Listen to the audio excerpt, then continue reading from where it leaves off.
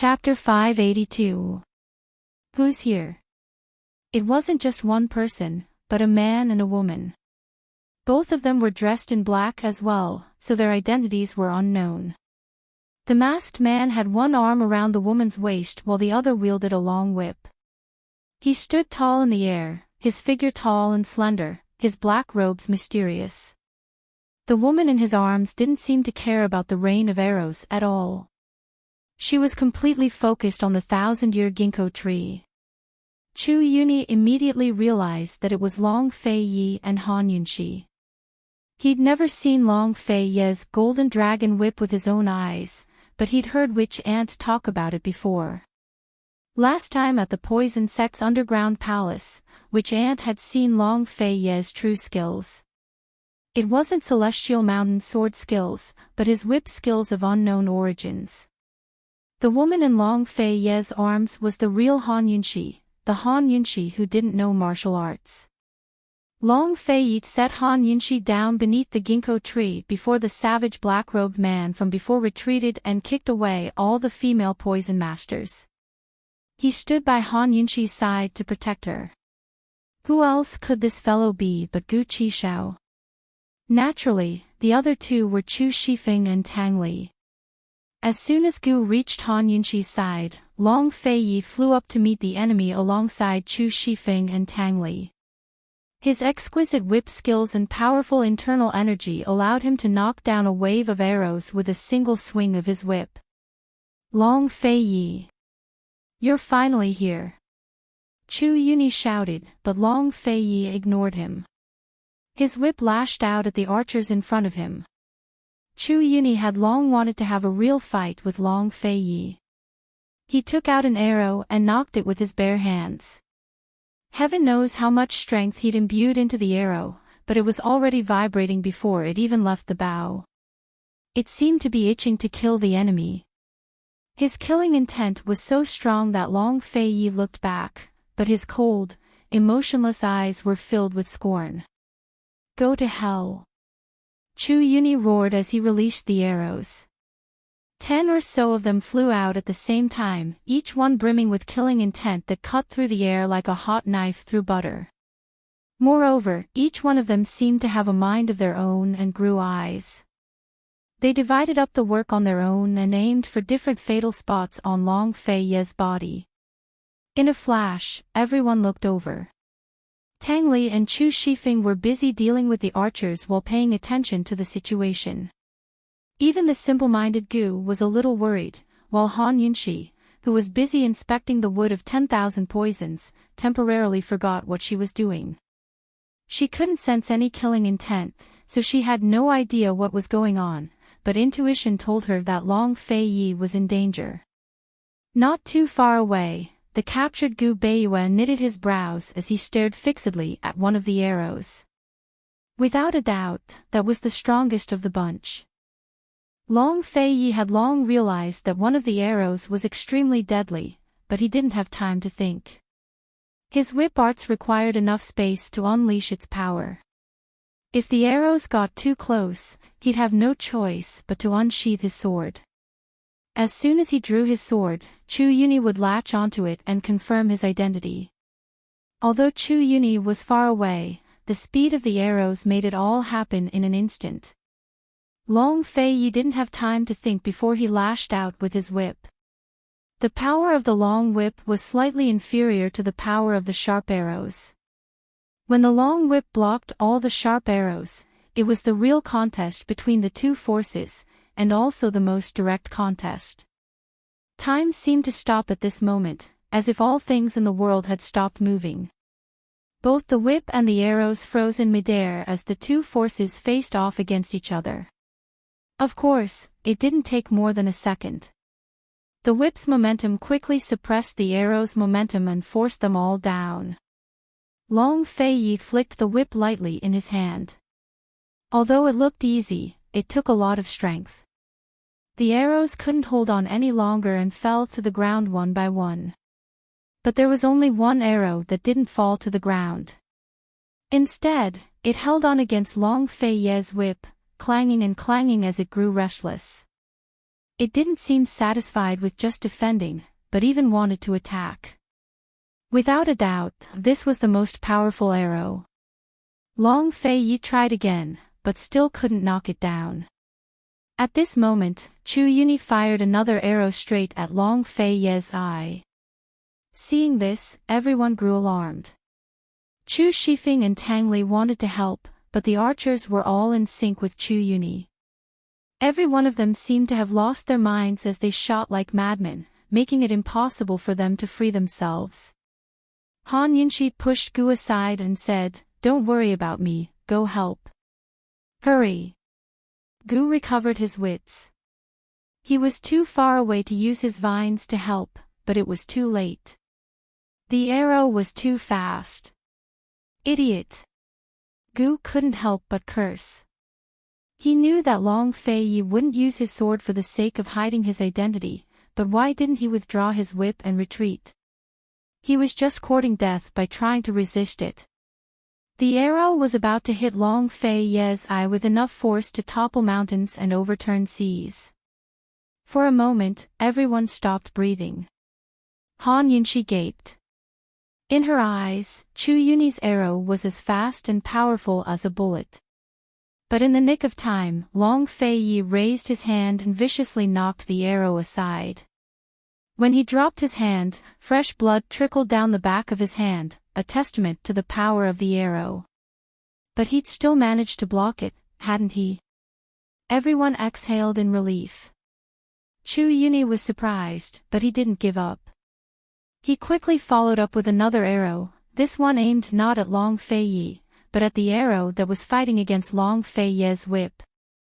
The arrow struck Long Fei Yi's arrow with a powerful force that pushed the arrow back. It flew past the whip and headed straight for Long Fei Yi. It had to be said that as the head of the clan, Chu Yuni's arrows were the best of the Chu clan. Unfortunately, his opponent was Long Fei Yi. Long Fei pulled back his whip and rebounded, accurately trapping the arrow in place. He'd been waiting for this chance for a long time. None of them expected this outcome. Chu Yuni was so shocked that his face had turned white. Long Fei hadn't even started his counterattack before Chu Yuni took out a bunch of arrows and shot them in his direction. Actually, it wasn't strange for Chu Yuni to lose his head in a situation like this, because Long Fei Yi was clearly preparing to counterattack. Despite the rain of arrows, Long Fei Yi's whip lashed out viciously at the arrow. The whip slithered forward like a snake, sweeping away all the arrows in its path. Finally, Long Fei Yi lashed out with the whip, sending his internal energy coursing through the whip until it reached the body of the arrow. The arrow shot out with enough force to topple mountains and overturn seas, heading straight for Chu Yuni. Chu Yuni had lived for more than half his life, but he'd never imagined that he'd be hurt by one of his own arrows one day. He had no time to dodge, but reflexively dodged to the side. The arrow sank deep into his right arm, completely submerging itself in his flesh. What a vicious arrow! If his whip was already like this, wouldn't he shoot through his hand if he drew his bow instead? An archer's greatest taboo was injuring their hands. Chu Yuni was extremely unwilling, but there was nothing he could do except flee. Withdraw. All of the archers retreated at his command. The old mama fled with Empress Shui in tow, while Chu Yuni personally escorted Gu Beiyue to bring up the rear.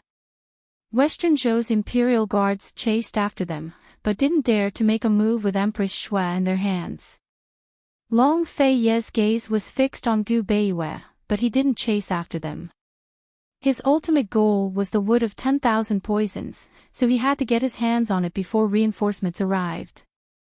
Otherwise, without Empress Shui as a hostage, heaven knows what would happen when reinforcements arrived. Very soon, the 3 high monks guarding the altar flew up into the air. Unfortunately, they couldn't get close to the ginkgo tree because Long Fei Yi, Chu Shifeng, and Tang Li were all standing guard. One Long Fei Yi was enough to deal with all 3 of them, much less Chu Shifeng and Tang Li. The three high monks had seen the exchange of blows just then and knew they couldn't win. Thus, they asked questions in an attempt to fish for information. Just who are you people? What are you looking for in the ginkgo tree? How did you get in here? If they'd tried to force their way in, they'd have triggered all sorts of traps. Without a map, even the most powerful of experts would be unable to avoid triggering them. But these people had come without a sound. It wasn't as if they'd infiltrated the Empress's guard of honor. The high monks didn't understand. Are you Tianning's Duke of Qin? A man of character doesn't change his name. Just who are you? Tell us your name. Is that female benefactor Qin Wangfei? Despite the three high monks' questions, everyone seemed to have been infected by Long Fei Ye's attitude. Even Gu didn't speak. Han Yunxi activated the detox system's in-depth inspection function and found that the 1,000-year-old ginkgo tree was poisoned. But just like the water and earth of 10,000 poisons, the detox system couldn't tell what kind of poison it was. The 10,000 poisons of the 5 elements, metal, wood, water, fire, and earth, all seemed to be the same. They were a mixture of all kinds of poisons. Therefore, the detoxification system could detect the toxicity, but it could not determine the type of toxicity, nor could it detect specific information. Han Yunxi knew they couldn't stay here for long, or else it'd be hard to leave. She inspected the tree again, but still couldn't pinpoint its exact location. She was depressed. It wasn't that she'd forgotten about the poison storage space. Although the space could store all kinds of poisons, it had even stored such a large poison pond. But right now she was facing a 1,000-year-old tree that wasn't completely poisonous. More importantly, she didn't see the wood of 10,000 poisons. How was she supposed to store something she couldn't see? At the very least, she couldn't do it with her current skills. What to do? Did she really have to cut down the tree like Chu Yuni said? At this moment, a flurry of footsteps sounded around them. Without a doubt, reinforcements had arrived. Gu asked anxiously, "Did you find it?" Actually, Gu had been searching the entire time as well, but he couldn't even smell the poison. He almost suspected that the wood of 10,000 poisons wasn't on this tree at all. At this moment, Long Fei Yi had turned back to look at them with an urging gaze. Han Yunxi was anxious. Abruptly, a thought flashed through her mind. Got it. She had a plan, a very simple one. Why didn't she think of it before? I'm so stupid. Chapter 583. Although she couldn't see the wood of 10,000 poisons, Han Yunxi still thought of a simple way to get it. Gu Qishao, cover me, quick. So speaking, she hid behind Gu Qishao with her back to the crowd. Cover you for what? Gu was full of doubts. He wanted to turn around to see what was going on, but was afraid of ruining Han Yunxi's plans. In the end, he could only stand there obediently. It wasn't clear what Han Yunxi was doing, but before she could finish, a large group of soldiers had arrived to surround the entire ginkgo tree.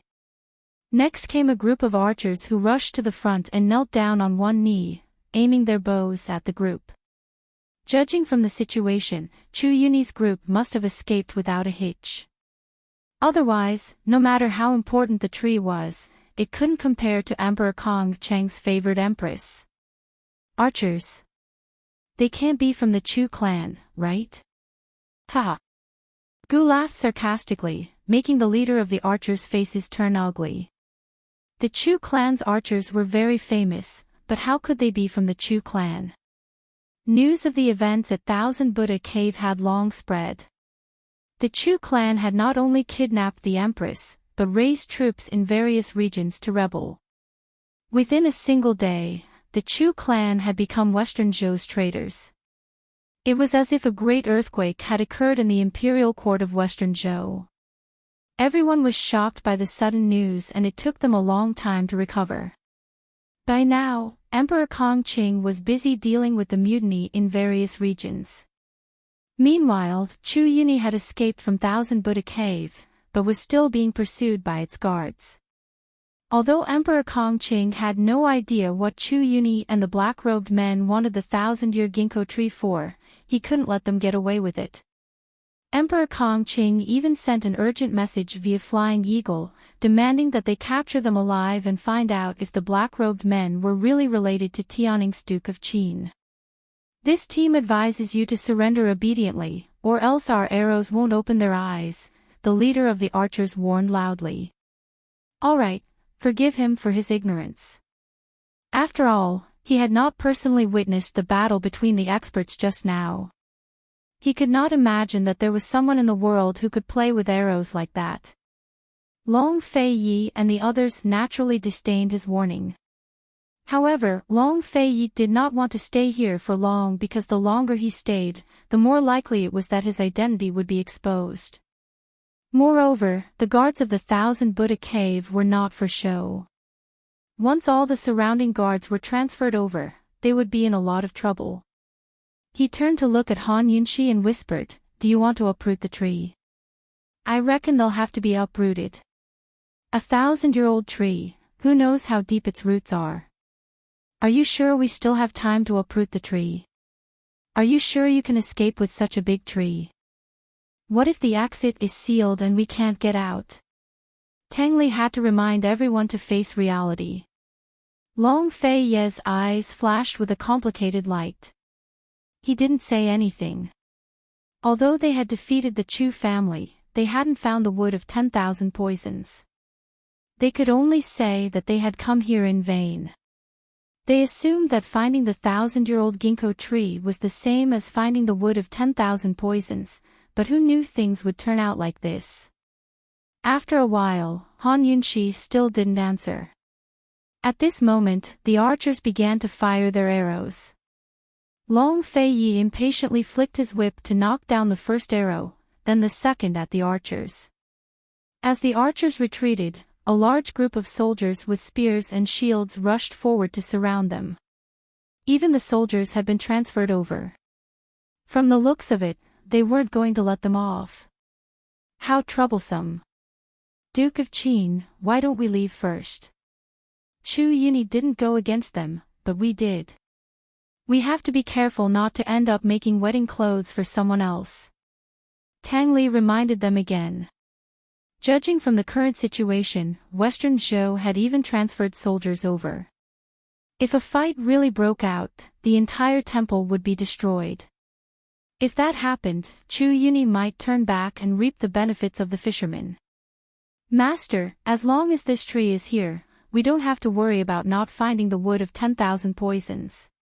Our esteemed Wang Fei's poison skills are even superior to his witch aunt's. If she can't find it, the Chu clan won't be able to either. Let's just retreat first. Chu Shifeng coaxed. Just as Long Fei Yi decided to retreat, the soldiers in front of them suddenly gave a start. Each and every one of them gaped at the ginkgo tree. Many of them even dropped their weapons. What's going on? Long Fei Yi and the rest gave a start. When they looked back, they were given a fright. The ginkgo tree was actually disappearing into thin air. Large chunks of the tree disappeared into thin air, leaving no trace behind. Not long after, the entire tree was gone, vanishing into thin air. In that instant, the scene from Medicine City's medicine forest surfaced in Long Fei Ye's mind. The scene was so similar. Back then, the giant poison pond had disappeared in an instant as well, leaving the medicine forest guards gaping in shock. Everyone watched in disbelief. Han Yunxi, on the other hand, was crouching on one side, observing the changes in the soil. She just thought of using perplexing butterfly illusion to corrode the 1,000-year ginkgo tree. Although the method was simple, it was still difficult to execute. Fortunately, she had some good stuff hidden in her detox system, or else she wouldn't have been able to do it right away. Although perplexing butterfly illusion was highly corrosive, a few drops wouldn't be enough to quickly penetrate the ginkgo tree's well-developed roots. Thus, she added a few drops of a special poison enhancer into the mix and dripped it into the soil. This was something from the modern era. She only had 3 portions on hand and had been reluctant to use it. Today, she'd finally used up 1 portion. The soil beneath her feet began to corrode.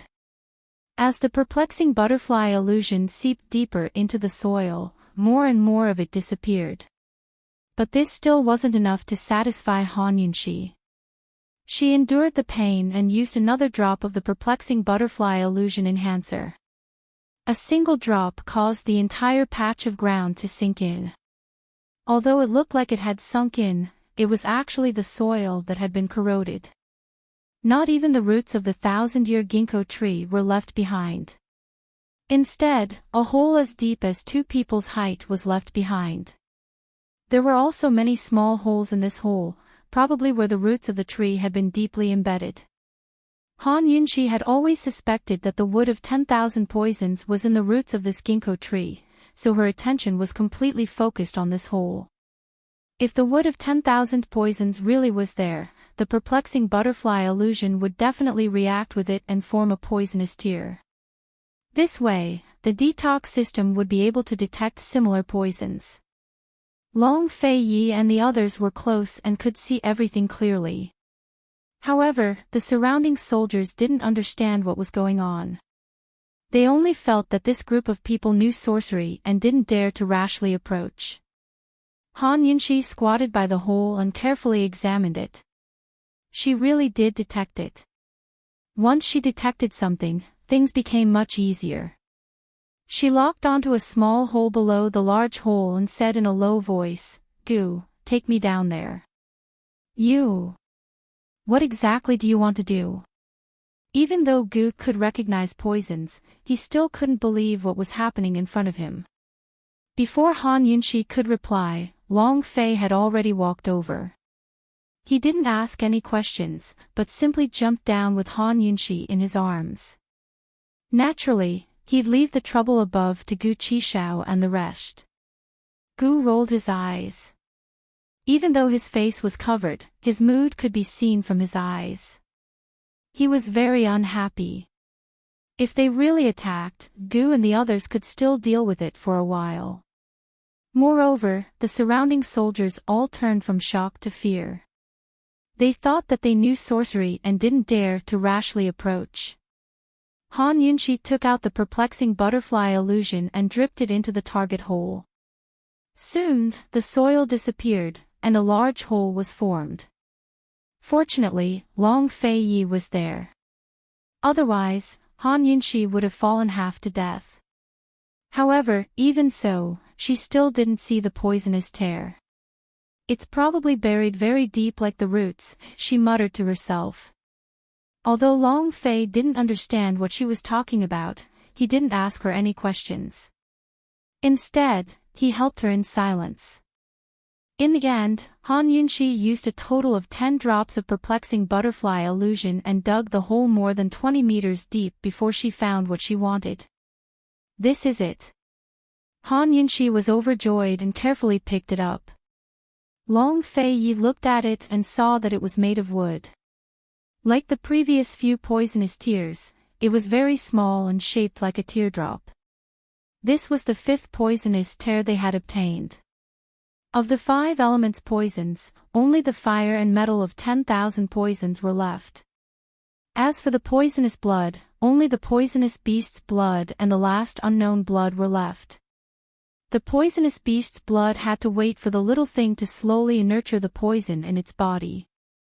Thinking back, if he had known that the little thing's blood could break the perplexing butterfly illusion, he definitely wouldn't have allowed Han Yunxi to use the little thing's blood to save Long Tianmo. Many things wouldn't have happened in the past if he had known earlier. Especially when it came to the fate between people, it was impossible to know earlier.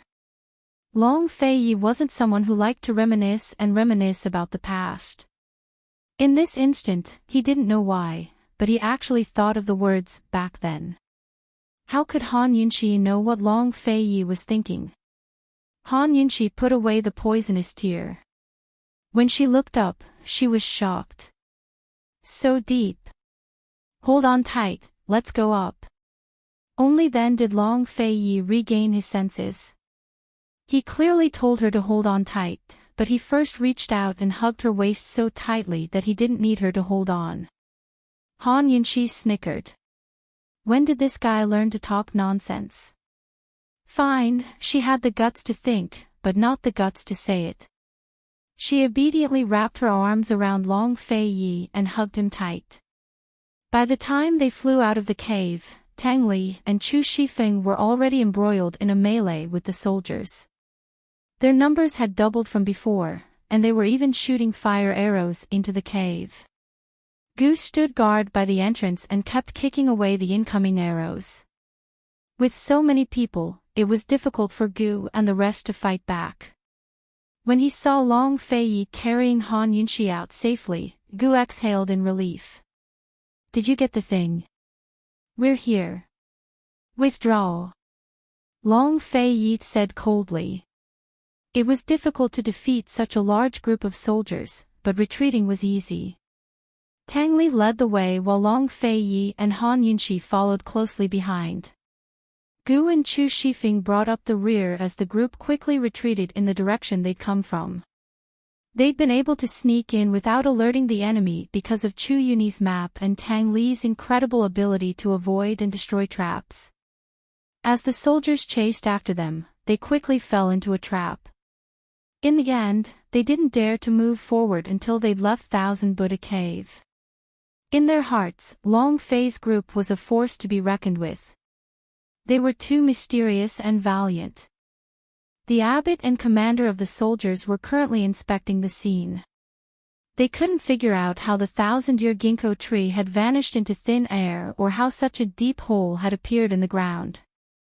After a while, the old abbot sighed with emotion. Perhaps this is fate. The tree's fate, the people's fate, and the country's fate. Chapter 584. Destiny. The commander had no idea what that meant, but the words, destiny of the nation, made him break out in cold sweat. He pretended not to hear a thing and personally took care of the fake Duke of Qin and Qin Wangfei's corpses on the ground. He didn't believe that the Duke of Qin was involved in this, but he had to personally transport the corpses to White City for Emperor Kongqing to see. As for whether the emperor believed him, he had no idea. What would Emperor Kongqing think? Emperor Kongqing knew that the Chu clan had exposed the crown prince's involvement in the embezzlement case. This was a sign of rebellion, but he never expected them to act so quickly. He couldn't figure out where the Chu clan's escape route lay. He was also keeping an eye on Empress Chu's movements in western Liang. Not only had the Chu clan rebelled, but they'd even kidnapped his favorite empress. How could he tolerate such a thing? In his fury, Emperor Kongqing would never believe a word from the Chu clan again. While Emperor Kongqing was using his iron fist to suppress the rebellion of the Chu clan troops, he was also more or less concerned about the situation at Thousand Buddha Cave. After all, the Chu clan's rebellion had started there, and it had a lot to do with the 1,000 ginkgo tree. Eagle messenger after eagle messenger arrived at the palace, allowing Emperor Kongqing to learn of the situation at Thousand Buddha Cave. He also learned that Chu Yuni had called the impersonators the Duke of Qin and Qin Wangfei at first, then changed to calling the masked man His Highness Duke of Qin. How could he still trust Chu Yuni? As he saw it, Chu Yuni was simply trying to drive a wedge between the Duke of Qin and Western Zhou. He was trying to drive a wedge between the Duke of Qin and Western Zhou. A few days later, the two impersonators' corpses were placed in front of Emperor Kongqing. He was even more certain that Chu Yuni was trying to drive a wedge between them. The Chu clan's wishful thinking. Xin isn't stupid enough to offend the Duke of Qin. Emperor Kongqing snorted. No matter how good a position Empress Chu could secure for the Chu clan in western Liang, the Chu clan would definitely side with the Empress as soon as they rebelled. That would mean that Western Zhou and Tianning's century-old marriage alliance would be broken. At this time, If Western Zhou was on good terms with the South Central Region's Commander-in-Chief's estate, they would join forces to form a semicircle around Tianning's western and southern borders. Tianning's eastern borders were Tianan, while its northern borders were northernly. In this way, Tianning would have offended everyone around them and would be isolated and without help. Even if Emperor Kongqing truly believed that the Duke of Qin had infiltrated Thousand Buddha Mountain, he'd still pretend he didn't know and continue to be on good terms with the Duke of Qin. This was the so-called strategy. A 1,000-year-old ginkgo tree disappeared into thin air. Your Majesty, this matter is too strange. In this old servant's opinion, there must be a secret that no one knows about. The old eunuch whispered. Emperor Kongqing was still in a fit of anger, so these words only made him angrier. Watch your mouth. Pass down my order, anyone who knows about this is to be killed without mercy. The old eunuch was alarmed. Your Majesty, this old servant doesn't know anything. I've forgotten everything. Please spare this old servant's life. Get out. If news of this gets out, we'll be the first to cut off your head. Emperor Kongqing roared. The 1,000-year-old ginkgo tree was Western Zhou's divine tree and Thousand Buddha Cave's most precious treasure. If news of this strange event spread during the Chu clan's rebellion, it would definitely be seen as an omen of misfortune and cause panic among the populace and the army. Thus, even if Emperor Kongqing didn't know the truth, his first order of business would be to seal off the news and silence all witnesses. Western Zhou was already in chaos. He wouldn't allow anything or anyone to add to the chaos. The old eunuch scrambled out of the room. For the sake of keeping the secret and preserving his life, one could only imagine how well he'd do things. After the old eunuch left, Emperor Kongqing secretly sent out a group of personal guards to investigate the matter in secret. All of his thoughts were focused on rescuing the Empress and suppressing the Chu clan's rebellion. Meanwhile, the mysterious group of black-robed men were still in East Arrival Town, not far from Thousand Buddha Cave. Long Fei Yi had only agreed to Chu Yunyi's plan that night to beat him at his own game. Although they'd stayed at the Chu clan's estate that night and were under their surveillance, he'd still contacted his guards and arranged for a replacement. From Wait City to Thousand Buddha Cave, he'd had plenty of chances to swap out his men. It could only be said that Chu Yunyi wasn't overconfident in himself, but underestimating Long Fei Ye's methods. By now, Han Yunxi had finished explaining to everyone that the ginkgo tree's disappearance had been caused by perplexing butterfly illusion. Long Fei Yi didn't think too much about the poison pawn's disappearance. Duke of Qin, they're actually planning to induce labor on Chu Qingge. That's inconceivable. As soon as they were free, Tang Li couldn't wait to report the news. With Gu and the others present, he even called Long Fei Yi the Duke of Qin. Long Fei Yi had guessed that they'd make a fuss about Chu Qingge, but never expected it to be induced labor. No one was more shocked than Han Yunxi. Really? She'd read a few classics in the modern world. Normally speaking, the smallest fetus was less than 5 months old and placed in an incubator with all sorts of equipment and medicine. Still, it was easy for such children to develop congenital defects. She never expected that Cloud Realm continent, where medical equipment was so crude, had the technology to induce labor as well. She had to admire the medical academy. Even if Chu Qingge gave birth without a hitch, the child would still be safe. But how much time and effort would they have to put into taking care of it? Would the child really live long enough to sit on the throne? Most likely, the Chu clan wouldn't let him live for long. They'd only use him as a cover until they stabilized their power in Western Zhou and replaced him with a son of the Chu clan. It looks like they'll succeed in inducing labor. Long Fei Yi said. In other words, the Chu clan will definitely take over West Jing City. Han Yunxi didn't have a good impression of Emperor Tianhui, but she was still unwilling to see Tianning fall into the Chu clan's hands. Hasn't that noble consort Ning made any moves? Chu Shifeng couldn't help but interrupt. Noble Consort Ning has no children, Han Yunshi replied indifferently. Han Yunshi said mildly. She had a clear understanding of Emperor Tianhui's harem. Who told her to be summoned to the palace every day to make things difficult for him? Noble Consort Ning was one of Emperor Tianhui's four noble consorts, the most low-key of them all. She spent her days in seclusion, praying to Buddha, and staying away from worldly affairs. At first, Han Yunshi assumed that Noble Consort Ning had no backing behind her and was afraid of being bullied in the palace. But after asking around, she found out that Noble Consort Ning had the strongest backing amongst the four noble consorts, even stronger than the Empress. That was because Noble Consort Ning's older brother was none other than one of Tianning's three great generals, Ning Qing.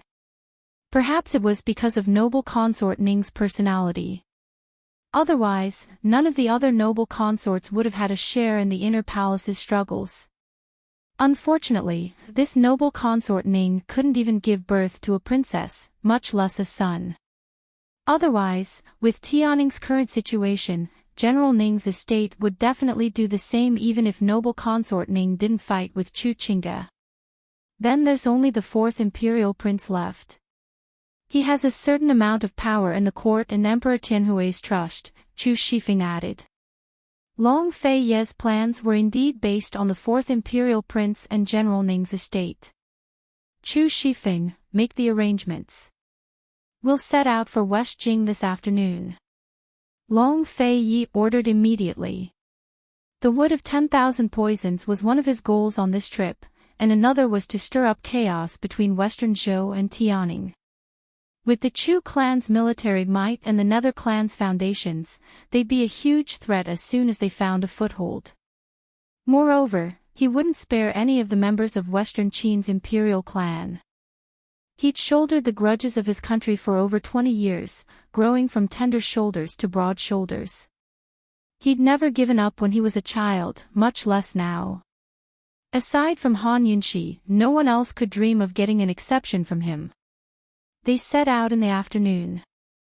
None of them had had a good rest over the past few days, so it was time for them to disperse and rest. Gu was about to leave when he asked, "Hey, did you guys notice that big bearded man Chu Yuni captured? What's his background? Why were his shoulders and legs injured?" By the time Gu's group arrived, Gu Beiyue had already been captured. They had no idea what had happened before that. But Gu had still noticed one person. As for Han Yunshi, she was completely focused on the fight between Long Fei Yi and Chu Yuni, as well as the 1,000-year ginkgo tree. She had no idea that Chu Yuni had captured someone else besides Empress Shui. If she knew that that person was the white-clothed young master who had risked his life to save her, if the white-clothed young master was injured because of her, if she knew that the white-clothed young master was still paying attention to her despite his injuries, how would she feel? Unfortunately, Lil Thing was sleeping in the poison storage space and couldn't smell him. Otherwise, Lil Thing would have rushed over to its gentleman's side at the sight of his injuries. Chu Shifeng and Tang Li were too busy dealing with the archers to notice the bearded man's presence. Both of them shook their heads. Han Yunshi was only curious. "Who did you capture?" She looked towards Long Fei Yi. "Is it one of us?" "It's not." Long Fei Yi denied immediately. Although the two impersonators were dead, the fake Han Yunshi's signal not only told them they could move, but also that the Shadow Clan man had made his move. Actually, Long Fei Yi was surprised by the signal. He really was trying to sow discord between the Nether and Shadow clans to force the Shadow Clan man out, but he never expected the man to go to Thousand Buddha Cave as well. What was he doing there? What had happened between him and Chu Yuni to injure him so badly? With that man's skills, it'd be difficult for him to fight Chu Yuni, but more than enough to escape the Nether clan's rain of arrows. Just what had happened before they went over. "Who was that?" Han Yunshi asked. "Just like your substitute, he disguised himself as one of the guards." Gu added. Long Fei Ye's eyes flashed with displeasure, but he didn't show it. Chu Shifeng had long noticed his master's expression and quickly added, perhaps he was after the 1,000-year ginkgo tree as well. In any case, we've already gotten the thing, so who cares? Everyone go rest. We'll set out in the afternoon, Long Fei Yi said simply before pulling Han Yunxi away. The three people left behind were all stunned. Did Long Fei Yi take the wrong medicine today? He actually told everyone to go rest. Was the sun going to rise from the west? Chapter 585. Tang Li and Gu Beiyue reacted in unison to Long Fei Ye's sudden thoughtfulness. They both rubbed their chins in thought. Chu Shifeng, on the other hand, had an inkling that this had something to do with the Shadow Clan. As expected, Long Fei Yi soon appeared in front of him after helping Han Yunxi settle down. There are plenty of court ladies and eunuchs present. Find someone to ask around, the faster the better. Long Fei Yi said in a low voice. Shadow Clan. Chu Shifeng blurted out. Long Fei Yi didn't reply. Chu Shifeng resentfully prepared to leave, but Long Fei Yi stopped him. Any progress with Cloud Realm Trade Consortium? Long Fei Yi had long kept an eye on Cloud Realm Trade Consortium. Now that Chu Tianyin had revealed the D clan's whereabouts, he was paying close attention to the consortium's movements on the borders between Western Zhou and Tianning. Although he didn't have 100% proof that Cloud Realm Trade Consortium was the D clan's descendant, he had to be on guard against the Chu clan colluding with the D clan at a time like this. After all, any political power or military power would be on a completely different level once it was allied with a large financial group. This subordinate will keep an eye on things. Cloud Realm Trade Consortium's current focus is on Medicine City, so there's been no movement on the borders between the two countries. This subordinate will keep investigating. Chu Tianyin replied respectfully. Long Fei Yi nodded before allowing him to leave. Shadow Clan. Long Fei Yi muttered to himself. Actually, he'd suspected more than once that the Shadow Clan fellow knew about Han Yunxi's origins. If he tried to explain things from this angle, then everything would be clear. But if that Shadow Clan fellow knew about Han Yunxi's origins, he would have told her everything long ago. Then he'd protect her by her side and never leave her side. That was the reason why Long Fei Yi gave up his suspicions. Long Fei Yi couldn't figure it out. No matter what, the Shadow Clan and the Nether Clan were enemies. At least he had one less worry. Where was the Shadow Clan gentleman now? How was he doing? Gu Beiyue was still in Chu Yuni's hands. Chu Yuni had taken Empress Shui hostage and only brought a dozen or so archers with him as they fled into the forest. For the past few days, they had been on their way without stopping. Firstly, they wanted to avoid the pursuit of the soldiers, and secondly, they wanted to meet up with General Chu in the east. Right now, it was the dead of night. Everyone was exhausted, so they reached a dense forest where Chu Yuni finally ordered them to rest. The delicate Empress Shui was easily frightened, much less tormented. She had already fainted several times along the way and was still unconscious. As long as she wasn't dead, Chu Yuni had no time to bother with her. Chu Yuni was more interested in Gu Beiyue. He had been puzzled when he was in the Thousand Buddha Cave. Now that he was temporarily safe, he immediately questioned Gu Beiyue the moment he stopped to rest. What exactly is your relationship with the Duke of Qin? He asked coldly. Faced with Chu Yuni's questions, Gu Beiyue remained unmoved. He had just been dragged off his horse and was currently leaning against a tree with his eyes closed. Mottled moonlight scattered across his face, covering it with a beard that couldn't hide its paleness and weakness. He was dressed in the white, tight-fitting robes of Western Zhou's guards that accentuated his slender figure. Beneath the moonlight, his white robes looked holy and pure. Unfortunately, the robes were stained with the color of blood. It was a ghastly sight to behold. One arrow had pierced through his shoulder, while the other pierced his calf. The blood had stopped flowing, so it wasn't life-threatening. Still, both wounds were vital points to him.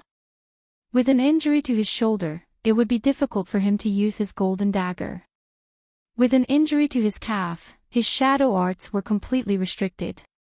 Even if Chu Yuni wasn't watching him right now, he still wouldn't be able to escape. His body had been weak since he was a child, but his father and grandfather had taken care of him while he soaked in medicine. He wasn't suited to martial arts, but the Shadow Clan's shadow arts needed to be passed on. For this reason, he'd suffered hardships as a child. Whether it was a scorching summer or a world of ice and snow, he had to work hard to cultivate his internal energy. Aside from his golden dagger, he didn't know much about martial arts, because he'd used all of his internal energy to support his shadow arts. Before his grandfather left, he'd asked him what he should do if he couldn't hold on one day without finding the orphan of Western Qin's imperial clan. His grandfather stroked his head for a long time before saying, "Beiyue, the Shadow Clan's protectors were originally meant to protect their most beloved with their lives. Do you know why the Shadow Clan has been protecting Western Qin's imperial clan for generations?" He didn't understand, nor had he ever thought about it. He'd always been obedient and sensible from a young age. Whether it was his grandfather or his parents, he'd always obeyed their every word. When he was young, he thought his father wouldn't leave him if he was obedient. But in the end, his father still died in the medicinal tub. He thought he still had his mother, but she'd gone with his father that very day. That year, he was only 6 years old. From then on, he and his grandfather depended on each other for survival. Why? Ever since he was young, he'd been told the purpose and meaning of life. Because the ancestor of the Shadow Clan fell in love with the Empress of Western Qin. He couldn't protect her completely, but he insisted on eloping with her. In the end, the Empress died of illness while fleeing. Reaching there, his grandfather sighed very powerlessly. "Beiyue, you should know, something like illness can't be exchanged for a life. Even if you're willing to take her place, you can't." Back then, he was only in his teens, still underage. His medical skills weren't as good as they were now, but he understood. His father's death was the best proof. His mother had said that if it was possible, she was willing to bear the torment of illness and death in his father's place. Unfortunately, there were just too many things in this world that couldn't be replaced. Because of the Empress' death, the Emperor was furious and wanted to slaughter the entire Shadow Clan. The ancestor made a promise, promising the Shadow Clan to protect Western Qin's imperial clan with their lives for generations to come, never to betray them, which saved the Shadow Clan. He remembered that his grandfather had paused for a long time after he finished speaking before saying his final words. His grandfather had said, "Beiyue, you're the only one left of the Shadow Clan. If there comes a day when you meet a woman you love, protect her with all your heart, forget about the Shadow Clan's protection."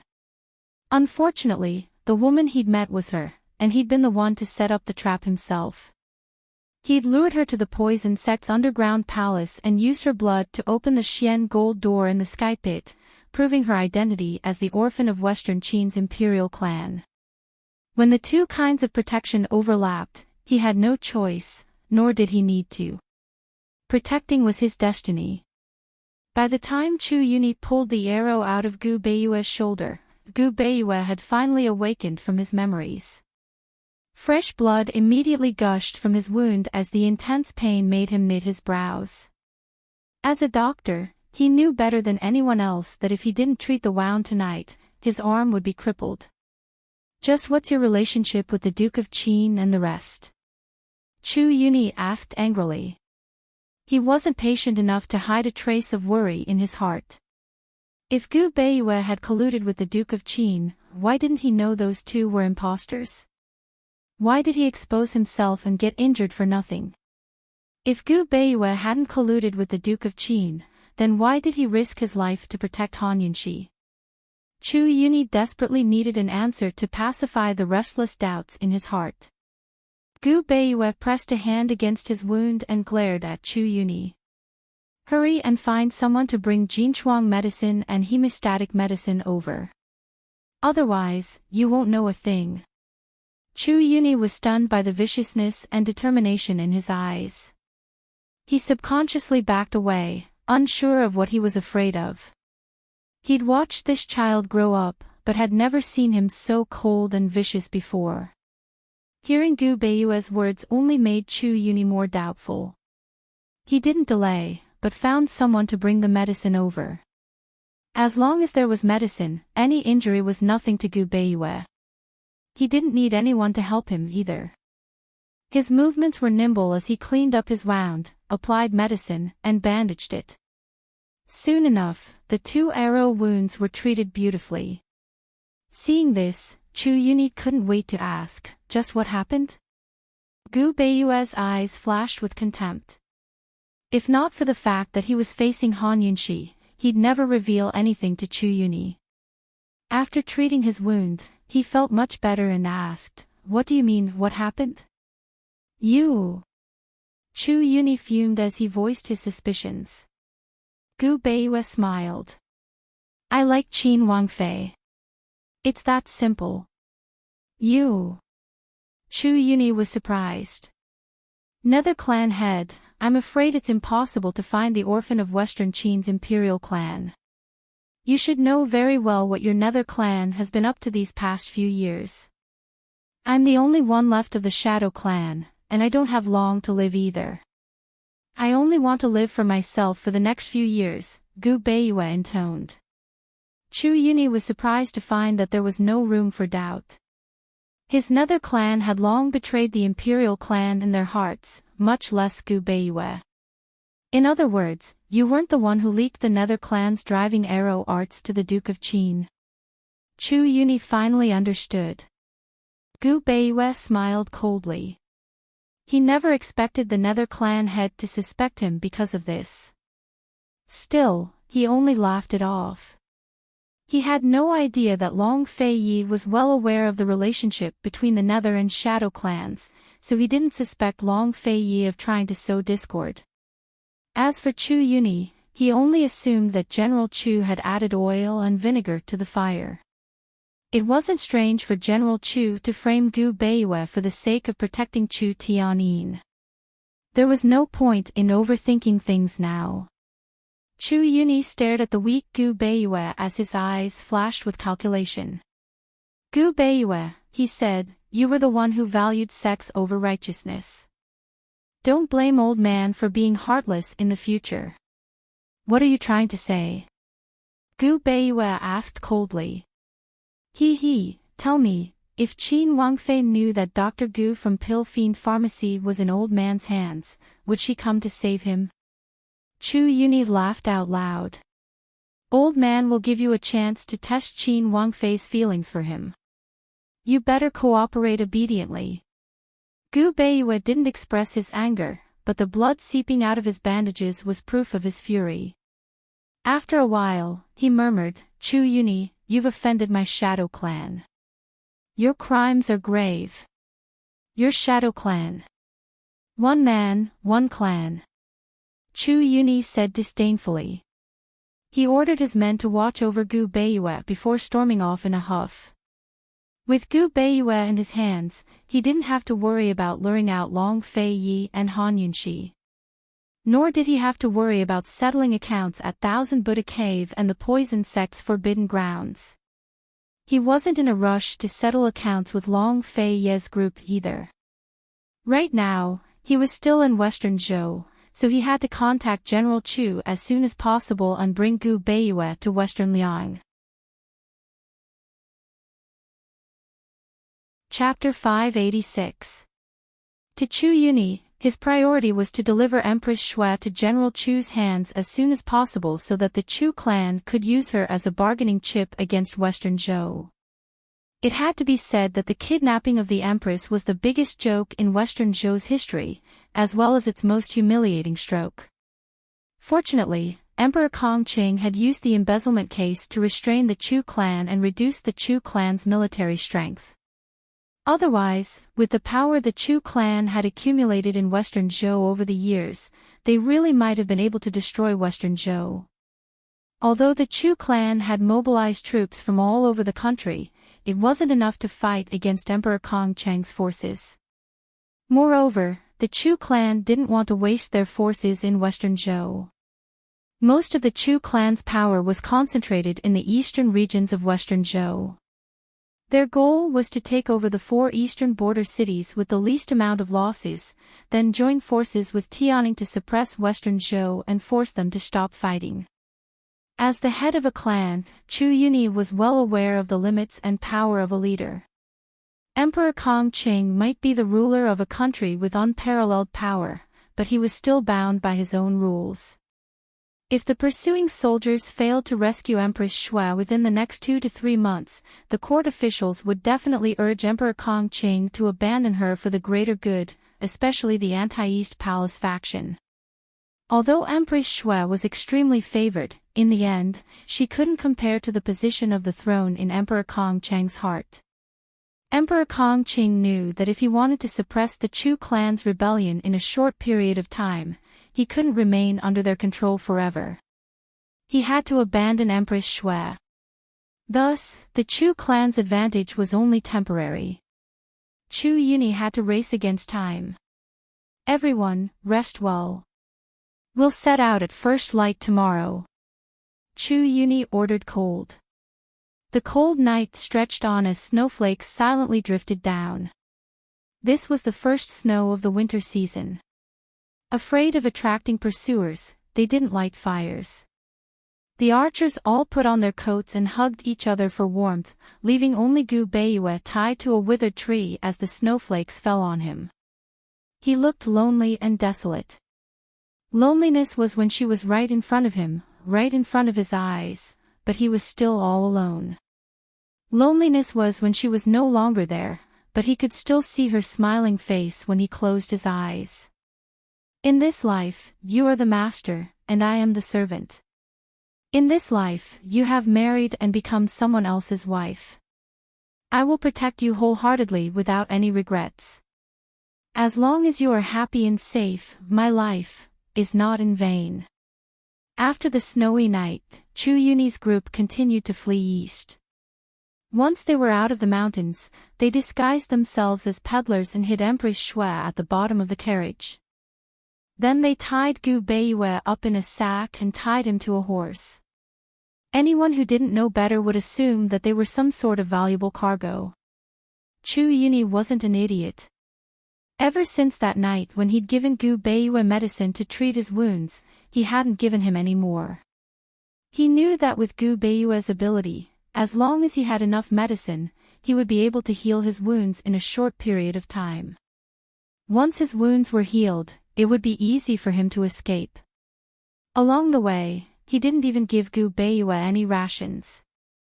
Instead, he only fed him cold water soaked in rations to keep him alive so he wouldn't starve to death. Even though Gu Beiyue was already very weak, Chu Yuni was still afraid that Gu Beiyue would find a chance to escape.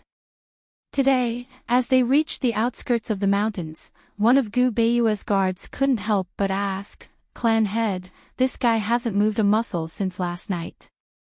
Could he be dead?" Gu Beiyue's body might be weak, but how could he die so easily? Chu Yuni didn't think so. Based on his understanding of Gu Beiyue, there had to be something fishy going on here. But by nightfall, Gu Beiyue still hadn't moved a muscle. Only then did Chu Yuni grow alarmed. If Gu Beiyue was really dead, then who would he find to dig a trap for Long Fei Yi and Han Yunxi? He quickly opened up the gunny sack and saw Gu Beiyue curled up in a ball. He seemed to be frozen stiff and didn't move at all. Tearing off his fake beard, Chu Yuni saw Gu Beiyue's clean, pale face. Calm and gentle, he resembled a sleeping child with a calming power. But right now, he only felt heartache. It seemed like he'd never wake up again, Chu Yuni reached out with a trembling hand to check Gu Beiyue's breathing, only to discover that he really wasn't breathing. He was dead. Chu Yuni grew flustered and quickly bent down to check again. But at this moment, Gu Beiyue suddenly spat out a needle from his mouth. Chu Yuni dodged in alarm, but he couldn't avoid it completely. The needle shot straight into his right eye. "Oh!" Chu Yuni cried out as he staggered backwards. He instinctively covered his eye in pain, but the movement only caused the needle to dig in deeper. Fresh blood immediately poured out of his eye. Only then did Gu Beiyue open his eyes. Cold as he stared at Chu Yuni, his lips quirked up into a contemptuous smirk. This man could even look down on others with such indifference. Actually, he'd been planning for a long time to kill Chu Yuni with a single needle. But in the end, he'd missed his eye by a hair's breadth. For the sake of this one needle, he'd paid a hefty price. When faced with such an outcome, he wasn't annoyed or displeased, and he just smiled in a carefree manner, yet he vividly displayed his disdain. In the end, this needle had hit a vital point. What kind of formidable archer could shoot an arrow after being blinded in one eye? Chu Yuni was now a cripple. When Chu Yuni saw Gu Beiyue's mocking smile with his other eye, he angrily kicked the man to the ground. "Someone come, find a doctor, quick! Quick!" His anger betrayed his fear. He knew better than anyone else how important his eyes were to him. Like a crazed beast, he covered his eye and spun in circles. His eye hurt so much that it felt like it was being pricked by needles. He was going to go blind. What to do? How was he supposed to shoot an arrow if he was blind? How was he supposed to be the clan head? "Doctor! Someone come! Hurry and find a doctor! Hurry! Doctor!"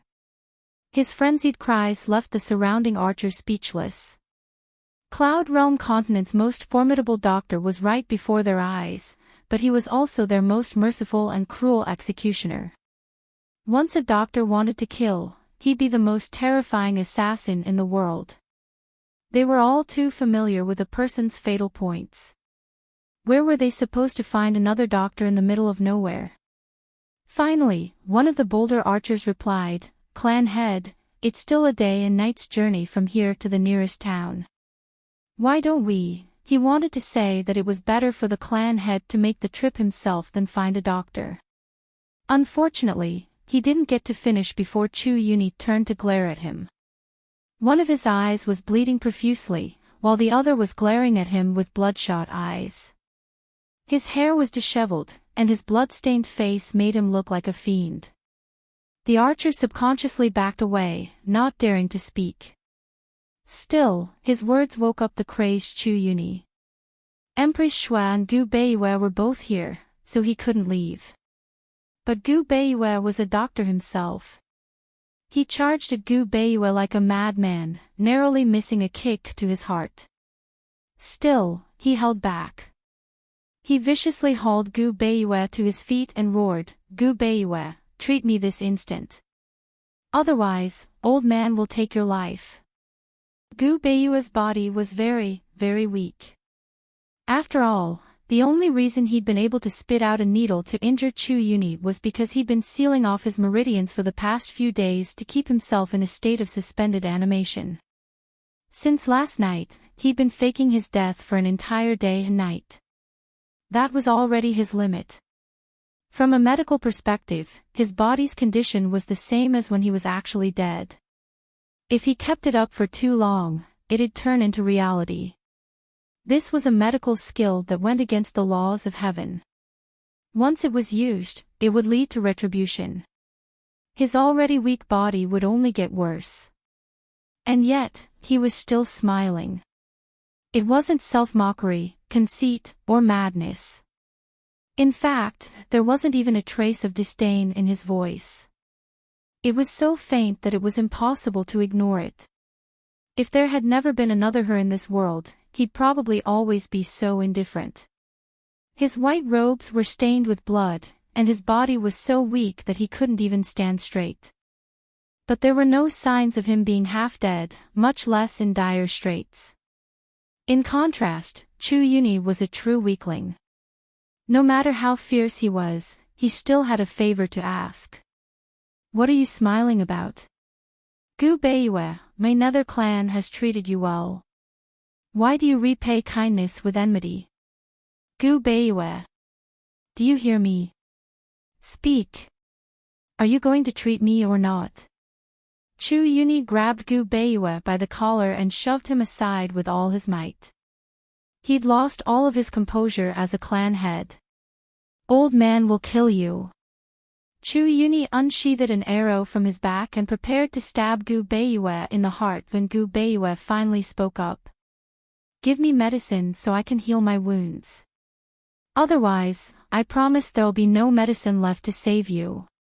Treat old man's eyes first." Chu Yuni roared. "You only have two choices. Give me medicine, or kill me," Gu Beiyue said. Chu Yuni was so angry that he roared a few more times. He had to ask, "Are you going to treat old man's eyes or not? If my wounds are healed, I'll treat them for you.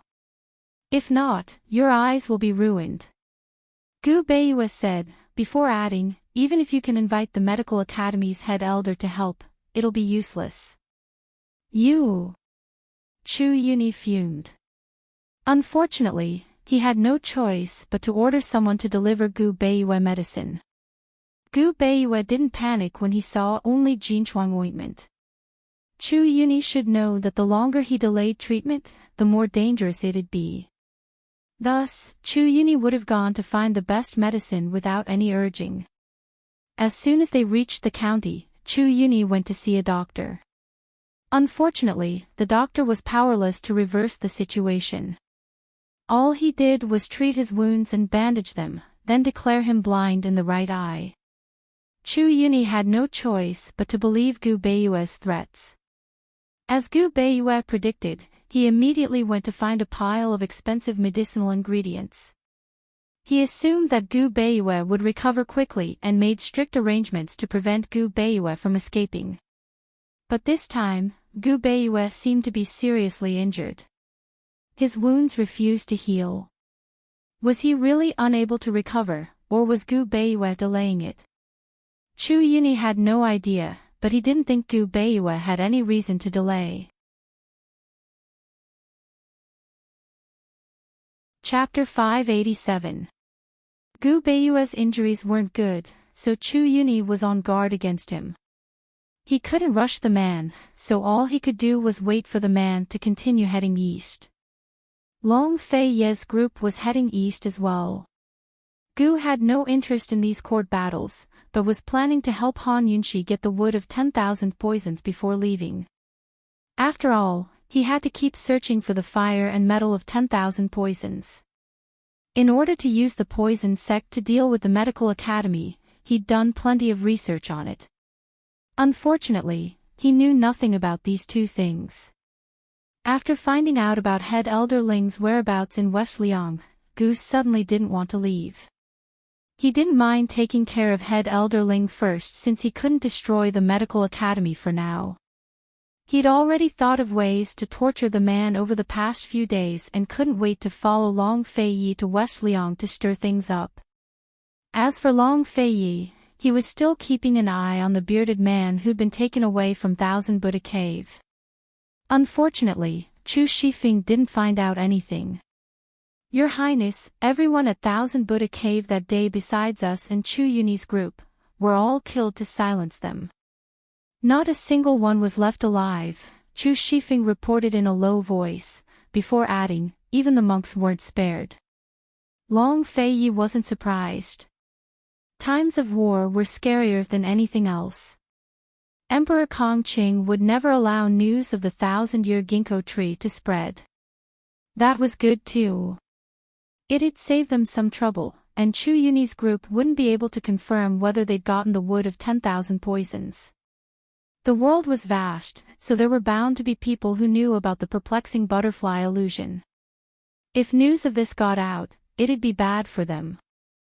Long Fei-yi was more curious about Emperor Kong Cheng's reaction after learning of the Chu clan's nether clan identity. Han Yunxi was interested as well.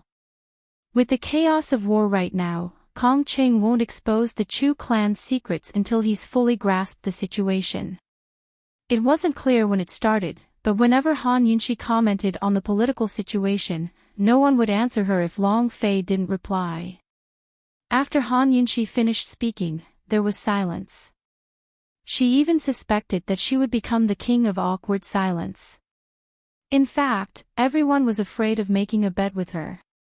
They were worried that if they accidentally mentioned another bet while chatting, it would be another tragedy. After a while, Chu Shifeng finally asked weakly, "Esteemed Wang Fei, shouldn't Emperor Kong Cheng have revealed the Chu clan's secret to the world? The fiends had betrayed the royal family of Western Qin, and they had a bad reputation. Someone will definitely hit you when you're down." Chu Shifeng clearly had a different opinion, but he was acting so modest. Tang Li chuckled and did not say anything. "If someone hits you when you're down, someone will come to your rescue." Once the news came out, wouldn't those bunch of dog slaves who supported the East Qin imperial family back then all jump out one by one? Gu said with a snicker. Chu Shifeng stole a glance at the Duke of Qin, who was expressionless and unmoved. Even so, Chu Shifeng still felt his hair stand on end. "Dog slaves?" Long Fei-yi asked with amusement. Whether they're masters or slaves, which one of them is good when it comes to fighting for power and profit? Gu laughed disdainfully. For the first time, Han Yunxi discovered that the heartless Gu had a cynical side to him. Actually, Han Yunxi didn't care much about Eastern and Western Qin. If not for that gentleman from the Shadow clan and the Chu clan's secret, she probably wouldn't have time to find out more. When Long Fei-yi didn't answer, Gu purposely sat down next to him and tilted his head. "Hey, how many nobles did the East Qin imperial family have in their hands?" "Not many, I don't think." Both Chu Shifeng and Tang Li blanched at his words. In truth, their fright was unnecessary, because Gu had no idea of Long Fei-yi's true identity. He only suspected that Long Fei-yi had good relations with the Tang clan based on Tang Li. Gu Qishao wasn't interested in Long Fei's identity either. He was only interested in the man's abilities. No one knew what Long Fei-yi was thinking right now. His face was still expressionless, but he told Gu the truth. Just the black and white nobles. The white clan was the Bailey clan of the mermaids. But that was just an internal name. Besides the East Qin imperial clan and the mermaids themselves, no one knew that the white clan was a special branch of the ancient mermaids who could leave the water for long periods of time to move about on land. Without a doubt, the white clan's secret skill was to dive underwater. They were invincible in the water. When the Tang clan found the white clan, they began to infiltrate Tianning and form a navy. They borrowed Tianning's strength to raise their own military strength.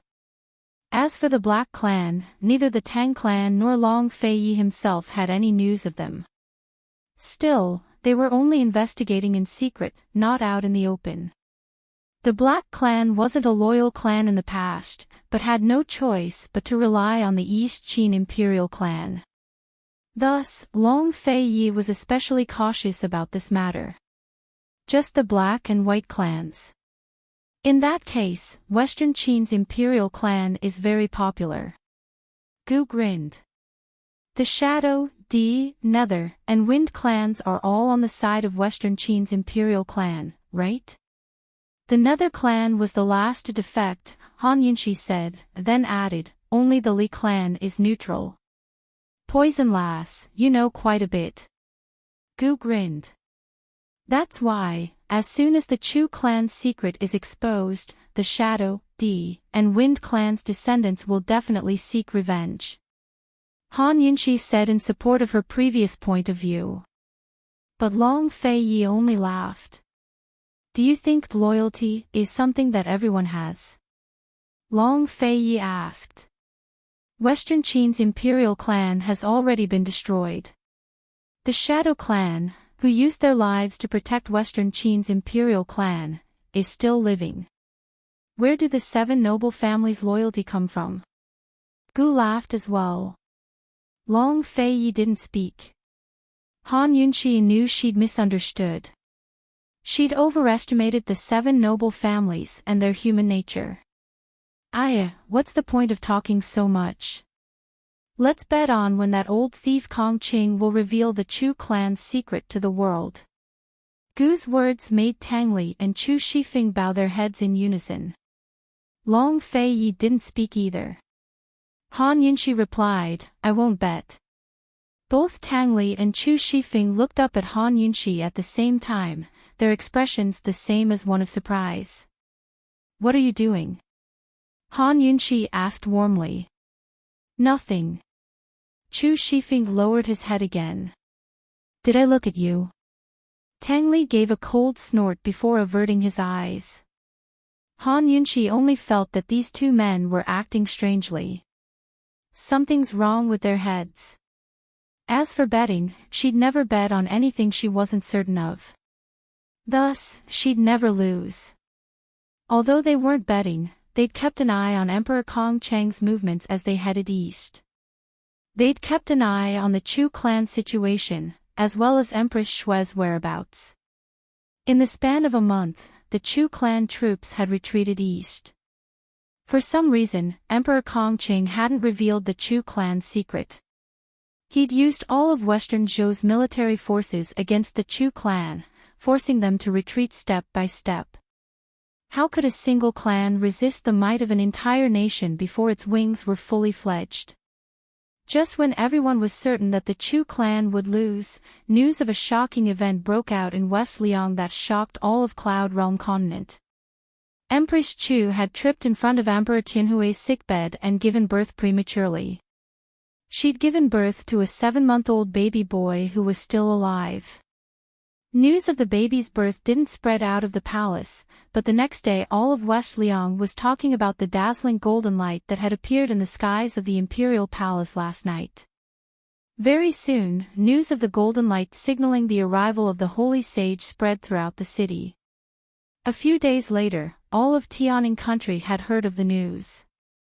Emperor Tianhui had seen Empress Chu fall and bleed with his own eyes, so he was convinced that she'd been born prematurely. He was still marveling at the fact that his imperial son was still alive when he heard the news. Naturally, he was overjoyed and bestowed upon him the courtesy name Zun. Despite the constant pleas of the other imperial sons, some of whom even risked their lives to persuade Emperor Tianhui that premature babies wouldn't live long, Emperor Tianhui still insisted on making Chu Qingge the crown prince. Emperor Kong Qing was still in the morning court when he heard the news. He suddenly stood up from his dragon throne, startling all of his officials to their knees. Golden light signaling the arrival of the holy sage. Could it be? Emperor Kong Qing muttered to himself as he recalled the words of the Thousand Buddha Caves abbot, predestination. Could it be that the disappearance of the ginkgo tree was predestination, and the birth of a holy sage from the Chu clan's daughter was predestination as well?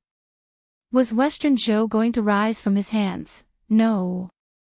Emperor Kong Qing was lost in his thoughts as he shook his head. Your Majesty, this is all heresy to mislead the masses. As this old official sees it, that premature child must be a full-term baby. West Liang has already fallen under the Chu clan's control. That's why they're putting on such a show. Your Majesty, you mustn't diminish your own might by raising the spirits of others. Your Majesty, abandon the Empress and kill the Chu clan troops. Finally, someone in the imperial court formally proposed abandoning the Empress. If not for the fact that the Empress was in the Chu clan's hands, Emperor Kong Qing would have been even more ruthless. Your Majesty, if we don't make a move now, Tianning's troops will cross the border and reinforce the 3 eastern prefectures. Your Majesty, Emperor Tianhui has plenty of soldiers in his hands.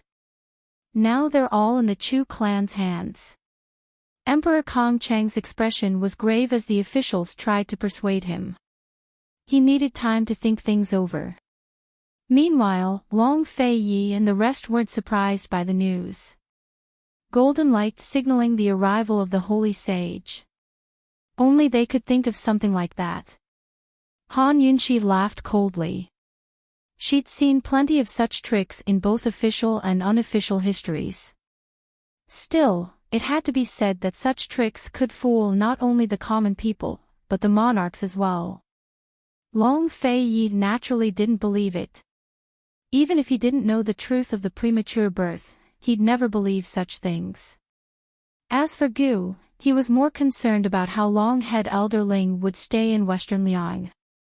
At the very least, he'd still be there by the time they arrived.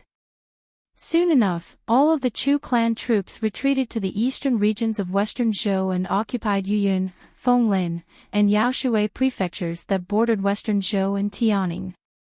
Western Zhou's troops had reached the city walls as well, and the Chu clan had used Empress Shui as a hostage to threaten the two armies. Empress Shui's in danger. Tang Li exclaimed in a scholarly manner. His white robes made him look like a scholar. Emperor Kong Chang's going to have a headache. Chu Shifeng grinned. Han Yunxi hesitated, but still asked openly, if the crown prince is grounded, will the princess not show up to save her mother?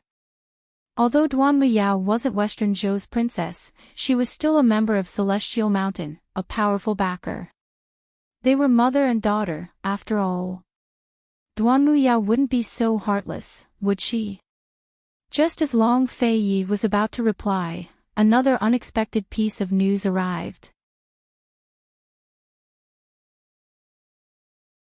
Chapter 588. To Han Yunxi and the rest, this news was even more surprising than Chu Qingge's early delivery. Cloud Realm Trade Consortium was openly supporting the Chu clan and providing them with large amounts of grain and weapons. It has to be them. The D clan has to be them. Tang Li was very excited. Definitely. Master, Chu Tianyin is lying. The Chu clan long knew of the D clan's whereabouts, and they're on good terms with them. Chu Shifeng chimed in. His Highness Duke of Qin had told him to investigate Cloud Realm Trade Consortium for a long time. Long before Ouyang Ningnua had colluded with Jun Yixia to fish on Fishery Island, His Highness Duke of Qin had been paying close attention to Cloud Realm Trade Consortium. He'd done so precisely because he had his suspicions. Cloud Realm Trade Consortium had started out by trading at the border regions. Within a few short years, they'd spread their businesses throughout Tianning and Western Zhou, and even northernly. They'd developed into one of Cloud Realm Continent's wealthiest groups. How could such a business be possible without solid foundations? Which self-made person didn't have investors behind them? The Duke of Qin had once suspected that Cloud Realm Trade Consortium was either part of the D clan itself, or they were controlling it from behind the scenes. Now the truth had come to light. Ouyang Ningnua, looks like his surname isn't Ouyang, but Ning. Tang Li mused. And that Ouyang Ningjing. Her surname is Ning, but her first name is Jing. Han Yunxi remained silent. She really had misunderstood before. Eastern and Western Qin had been destroyed so long ago. Why would the descendants of the seven noble families talk about loyalty and loyalty now? The Nether clan's Chu clan was the executioner who'd killed the last imperial prince of Western Qin. They were once loyal merchants of Western Qin, but now they were colluding with the Nether clan as well. What future prospects did merchants have if they didn't work with officials and military officials? Once they gained the support of Cloud Realm Trade Consortium and Empress Shui, it looked like the Chu clan was determined to conquer the three eastern prefectures of Western Zhou. Cloud Realm Trade Consortium. Long Fei Yi grew interested. Chu Shifeng, send a letter back to the Commander-in-Chief's estate in the South regions. Just say that your lordship wants to reduce taxes on the land and increase taxes on merchants. Also, Cloud Realm Trade Consortium is involved in politics. All grain crops in the south-central regions are prohibited from being sold to them. Not long ago, the Commander-in-Chief's office in South Central wanted to reform the tax system for the coming year.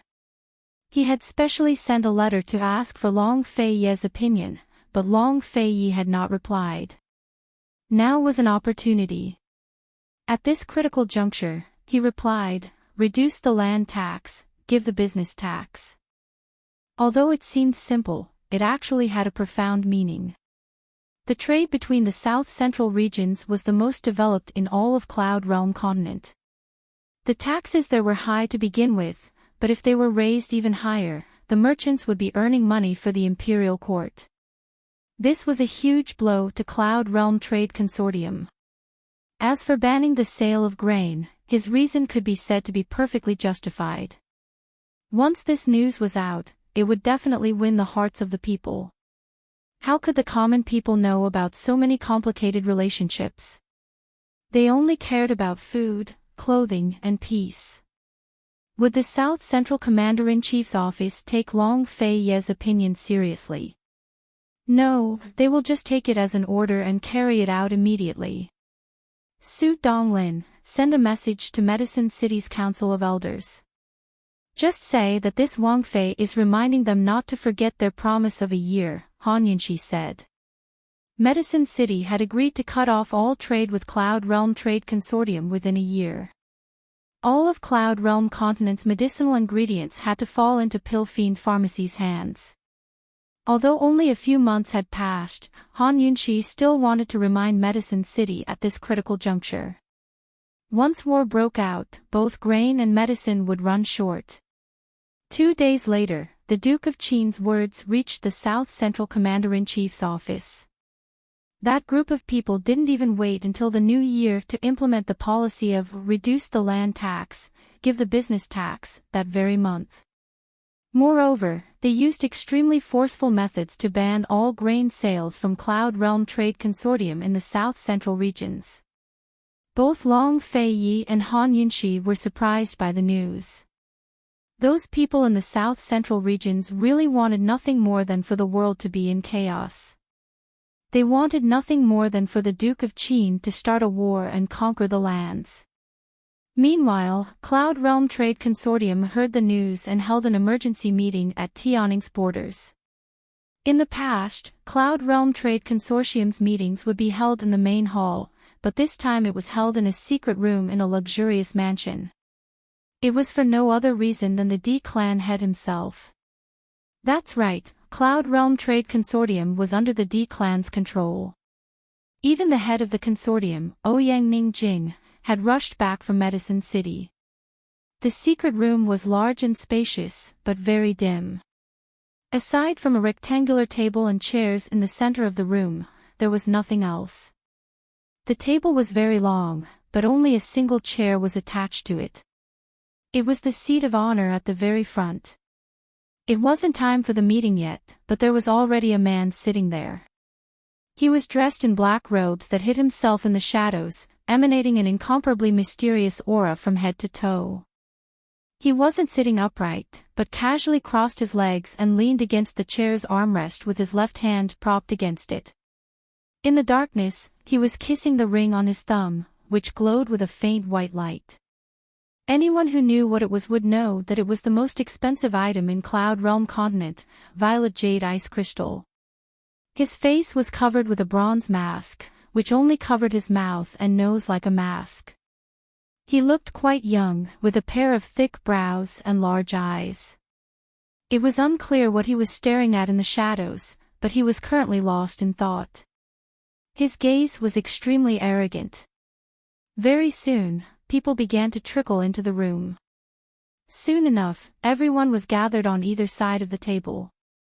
The first person to stand on his left was none other than Ouyang Ningnuo. Although he had been stripped of his position as head of the consortium, he was still a respected member of the D-Clan. As the fourth son of the first wife, he would be fine as long as his eldest brother didn't punish him, no matter how big of a mistake he made. The first seat on the man's right was empty, while the second seat was occupied by Ouyang Jing, who had rushed back from Medicine City. She was the second young miss of the first wife of the D clan. Unlike other women, she always wore men's clothes. Her hair was all tied up, not to hide her identity as a woman, but because she disliked women who got in the way. She preferred men's clothes to be straightforward and nimble. It had to be said that her looks were too striking. She was of average height and had a thin figure. Moreover, she never bothered to hide her name, so everyone knew she was a woman and had gotten used to her men's clothes. Although she was young, her gaze was calm and steady, making her look especially capable and experienced. The empty seat next to her naturally belonged to the eldest young Mississippi. She never attended Cloud Realm Trade Consortium's meetings, so this time was no exception. The man sitting at the table was the eldest son of the first wife of the D clan and the current head of the clan. His name was Ouyang Ningqing, or more accurately, he should be called Ningqing. The word Qing and Ouyang Ning Nuo combined to form the word promise. There had to be a deeper meaning to the name, but only they knew what it meant. Big bro, everyone's here. Ouyang Ning Nuo said. Ouyang Ning Qing ignored him, lost in his own thoughts. Ouyang Ning Nuo was about to speak up when he saw Ouyang Ning Jing glaring at him. He shrugged his shoulders and fell silent. Just like that, everyone remained standing for a full 2 hours. Finally, Ouyang Ning Qing stood up and tossed back, "You're all dismissed." Just like that, Cloud Realm Trade Consortium's most secretive meeting ended without a single word being discussed. Everyone shot questioning looks at Ouyang Ning Jing. She was now the head of the consortium, so she had to give them an explanation. Ouyang Ning Jing's sharp gaze swept over them before she said cold, "What's the rush?" The clan head naturally has his own plans. President Jing, then Medicine City sighed. Someone couldn't help but speak up. Medicine City had already stopped supplying them with a number of medicinal ingredients, all of which were popular. Once they stopped supplying them for a long time, the merchants on the next floor would definitely have complaints. Ouyang Ning Jing said without hesitation, "Pass down my orders to stop all business with Medicine City. Medicine City broke the agreement first, so they should compensate us. Before the settlement is settled, all of Cloud Realm Trade Consortium's income from medicinal ingredients will be shared with Medicine City." Everyone grew alarmed at her words. President Jing, think thrice. President Jing, we'll be the ones to suffer losses if we stop selling medicinal ingredients.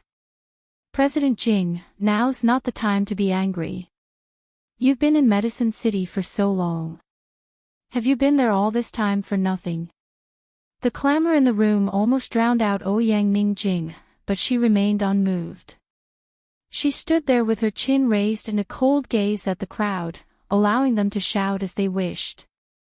Her courage, aura, and charisma were no less inferior to any man's. Seeing that Ouyang Ning Jing didn't make a sound, the people who were shouting gradually shut their mouths. Ouyang Ning Jing sat down on the table with her arms crossed before she spoke. Those who object, please step forward. This president will give you 1 year to negotiate with Medicine City. If you can reach an agreement, the position of president will be yours. Is anyone willing? Step forward. The crowd grew even quieter at her words. No one dared to step forward. Although they weren't clear on the relationship between the Wang clan and the Duke of Qin, they were clear that Han Yunshi was the king of medicine's disciple. Medicine City revered the king of medicine, so they didn't dare to offend Han Yunshi. The only way to avoid offending Han Yunshi was to end their cooperation with Cloud Realm Trade Consortium and give all their medicinal ingredients to Pill Fiend Pharmacy. Even Ouyang Ning Jing had failed to reach an agreement after months of negotiations, so who else could do it? Not to mention 1 year, even if he was given 10 years, it would still be impossible. After waiting for a while, seeing that no one stood up, Ouyang Ning Jing asked coldly, "Since you all know it's impossible, why are you still wasting time here?" At this, someone spoke up timidly, "President Jing, although we can't reach an agreement, you can't just cut off all our cooperation just like that. Although we won't lose money, in the long run, before he could finish, Ouyang Ningjing coldly cut him off. In the long run. How long can it last? Do you know how many branches Pill Fiend Pharmacy has opened now? 53. The person replied honestly. Wrong. Yesterday, they opened another branch in a coastal city in Tianan country, making it a total of 54 branches. How many branches do you think Pill Fiend Pharmacy needs to open before it can control Cloud Realm Continent's medicinal ingredients market? Ouyang Ningjing asked next. At least 300 branches, big and small, the person replied. Wrong. 100 is enough, because Pill Fiend Pharmacy started selling its ingredients to small and medium pharmacies last month. Moreover, they're selling them at very low prices. Not only do they not make any money, they even have to pay for the shipping costs out of their own pockets. Everyone was stunned by Ouyang Ningjing's words. Even the silent Ouyang Ningnuo was taken aback. Pill Fiend Pharmacy's move was too smart. With this method, they'd monopolized the entire medicinal ingredients market within half a year. Rather than wasting time with Medicine City without any results, we might as well accuse them of breaking the agreement early and keep all of their profits. Ouyang Ningjing added. Cloud Realm Trade Consortium and Medicine City had a year-end bonus agreement. Cloud Realm Trade Consortium would deduct the shipping costs, then split the profits with Medicine City. Thus, all of the profits for this year would still belong to Cloud Realm Trade Consortium. Compared to Ouyang Ningnuo, Ouyang Ningjing was more cunning and decisive.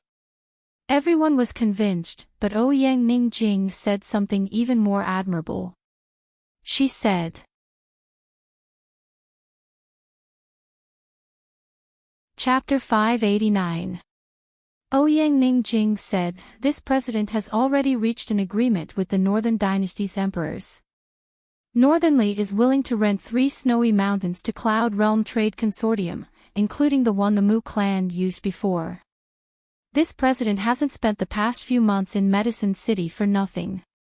The Mu and Xia clans have a total of 10 pharmacists who have signed lifetime contracts with the consortium.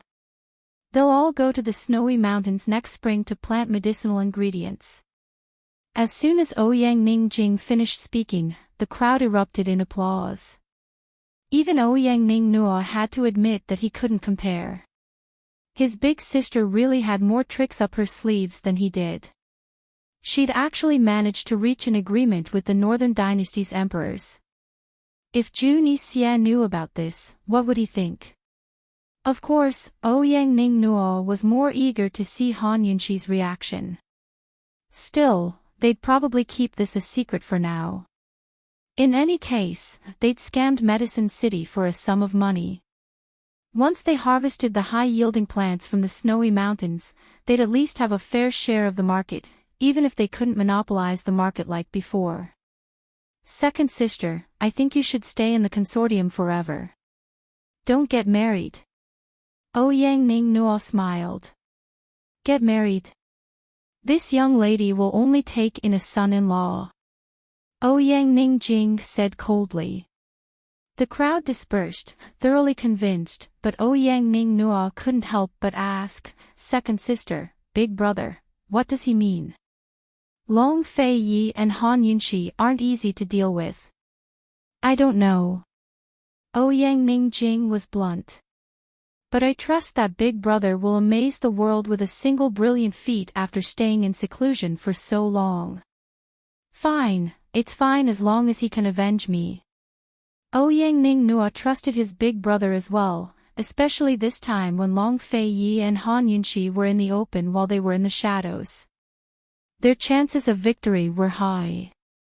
After stepping down as president, he had nothing better to do, so he could ask around for information about the poison sect's perplexing butterfly illusion. Although Long Fei Yi hadn't publicly supported Western Zhou's imperial clan, his suppression of Cloud Realm Trade Consortium was a pleasant surprise to Emperor Kongqing.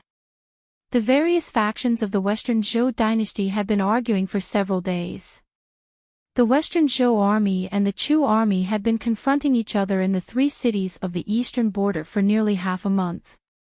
If Emperor Kongqing were to give up on Empress Shui and attack the city by force, he would have a chance of winning. But if he didn't, with the Chu clan keeping the Empress in check, it would be difficult to continue the battle. A stalemate wasn't a big deal, but Chu Qingge's son had already been made the crown prince.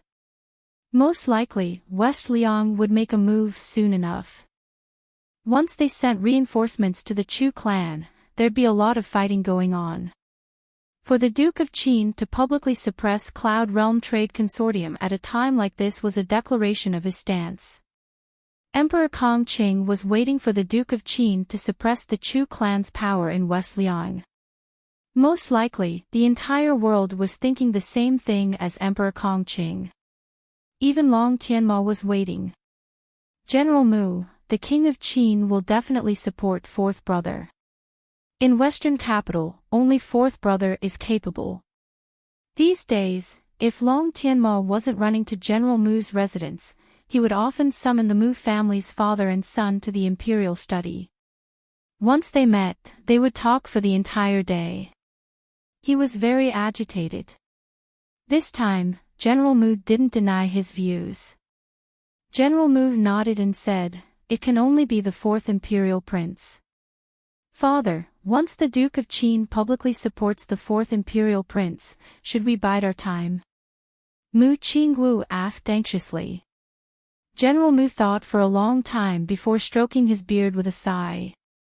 The situation is a mess. Indeed, it was a mess right now. Not only did it involve the country, but other powers as well. Even Cloud Realm Trade Consortium has been dragged in. I wonder what Celestial Mountain will do. General Mu muttered to himself. Empress Shui was Duanmu Yao's birth mother, so the girl would never sit by and do nothing. In the end, General Mu said, "Let's wait and see for now." Long Tianma and Mu Qingwu were both young and full of vigor. Hearing those words made them feel powerless, but even Long Tianma, the ruler of a nation, didn't say a word. He had already learned his lesson and viewed General Mu as his military advisor. A complicated look flickered past Mu Qingwu's eyes when he saw Long Tianma's silence. He had a vague feeling that Tianan would eventually become a neutral country in Cloud Realm Continent under his father's leadership. His father was a classic example of a conservative, neutral faction. Currently, Celestial Mountain had made no moves, so Western Liang's decisions would affect the overall situation. Thus, while Western Zhou's imperial family was at war with the Chu clan, the world was more interested in the contest between Chu Qingge's faction and the Duke of Qin's faction. Of course, no one besides the Chu clan knew that their eldest son, Chu Tianin, had long fallen into the Duke of Qin's hands. So in the end, we've run into Chu Qingge again. Han Yunxi sighed with a smile. She knew that her previous contest with Chu Qingge had been a private one. Now it involved a wide range of people. Esteemed Wang Fei, aren't you overestimating Chu Qingge too much? Chu Qingge can only nurse her children now. Her father's still the one controlling the situation, Chu Shifeng said seriously. That old thief Tianhui's woman can't compare to the Duke of Qin's.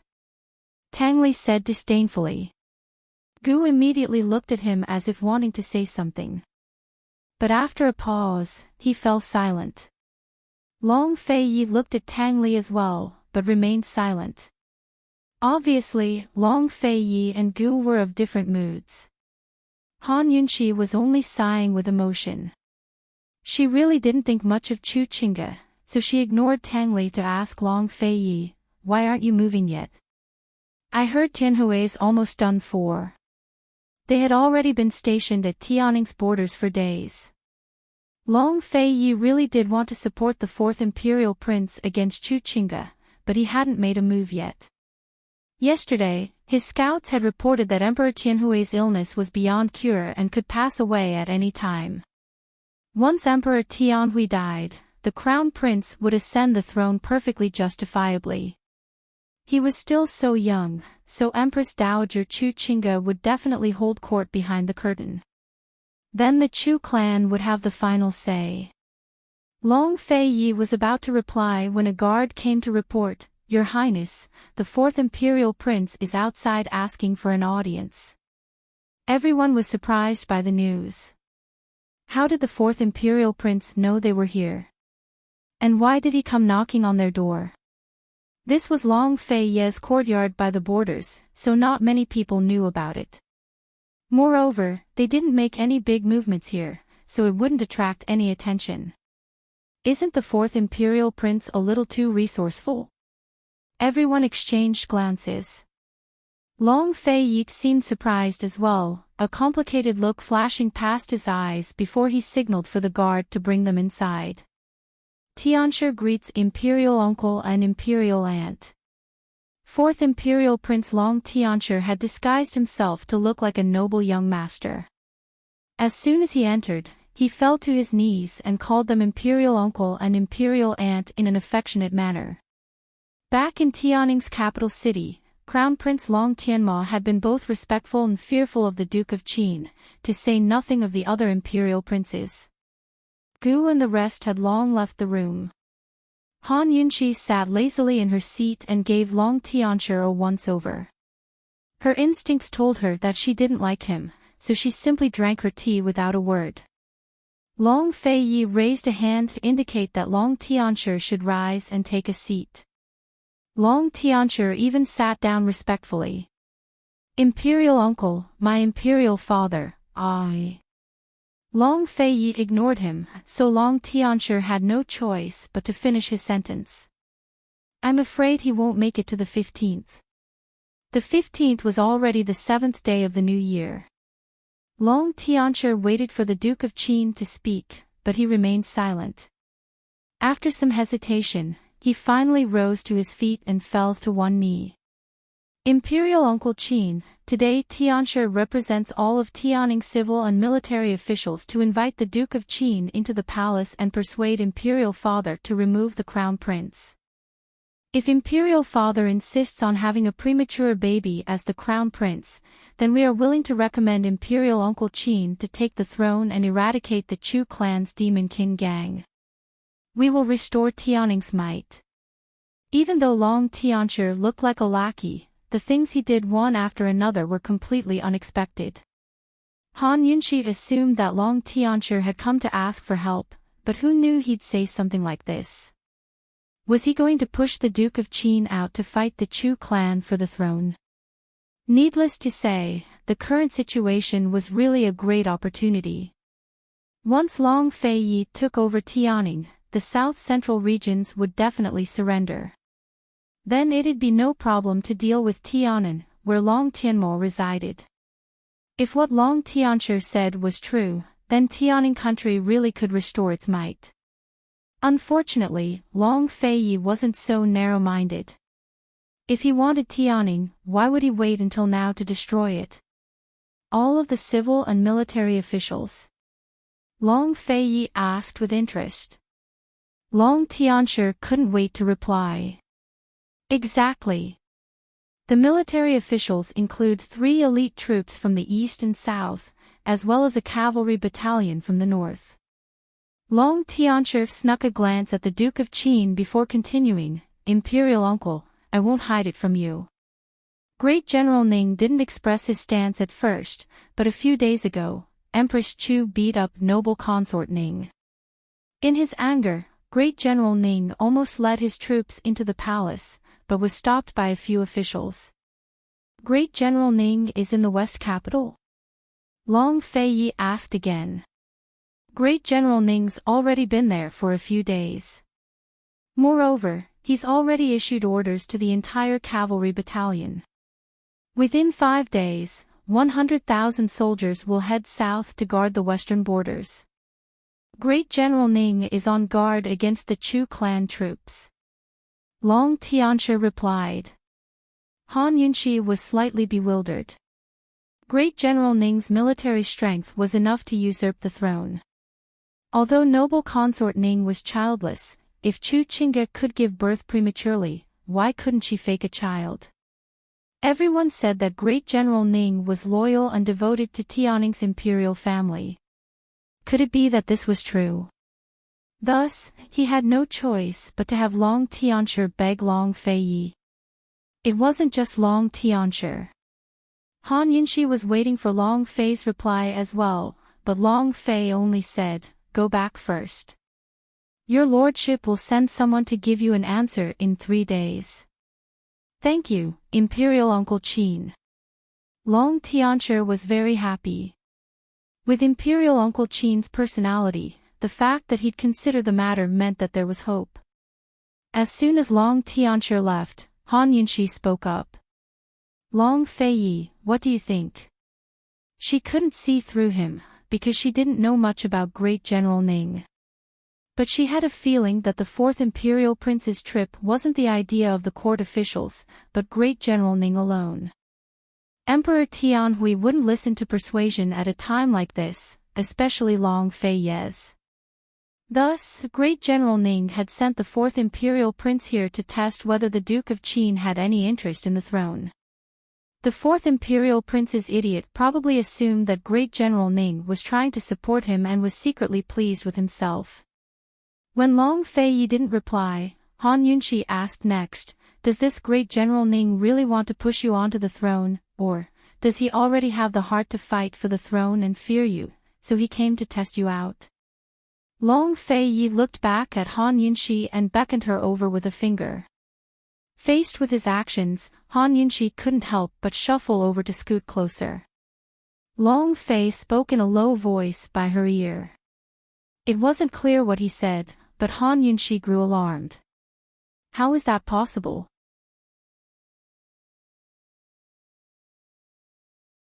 Chapter 590. As for Great General Ning's motives, Long Feiyi's opinion shocked Han Yunshi, because Long Feiyi suspected that Great General Ning was related to the Di clan.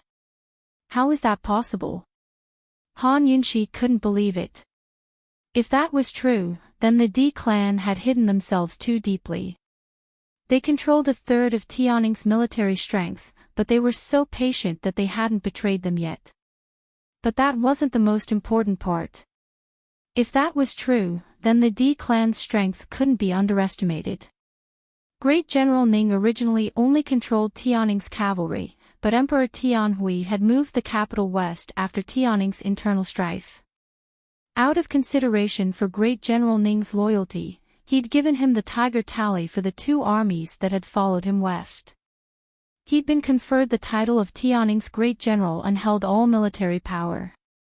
If Great General Ning really was a member of the Di clan, then faced with such a strong military force and Cloud Realm Trade Consortium's financial resources, even Long Feiyi and Northern Li's imperial court would fear them.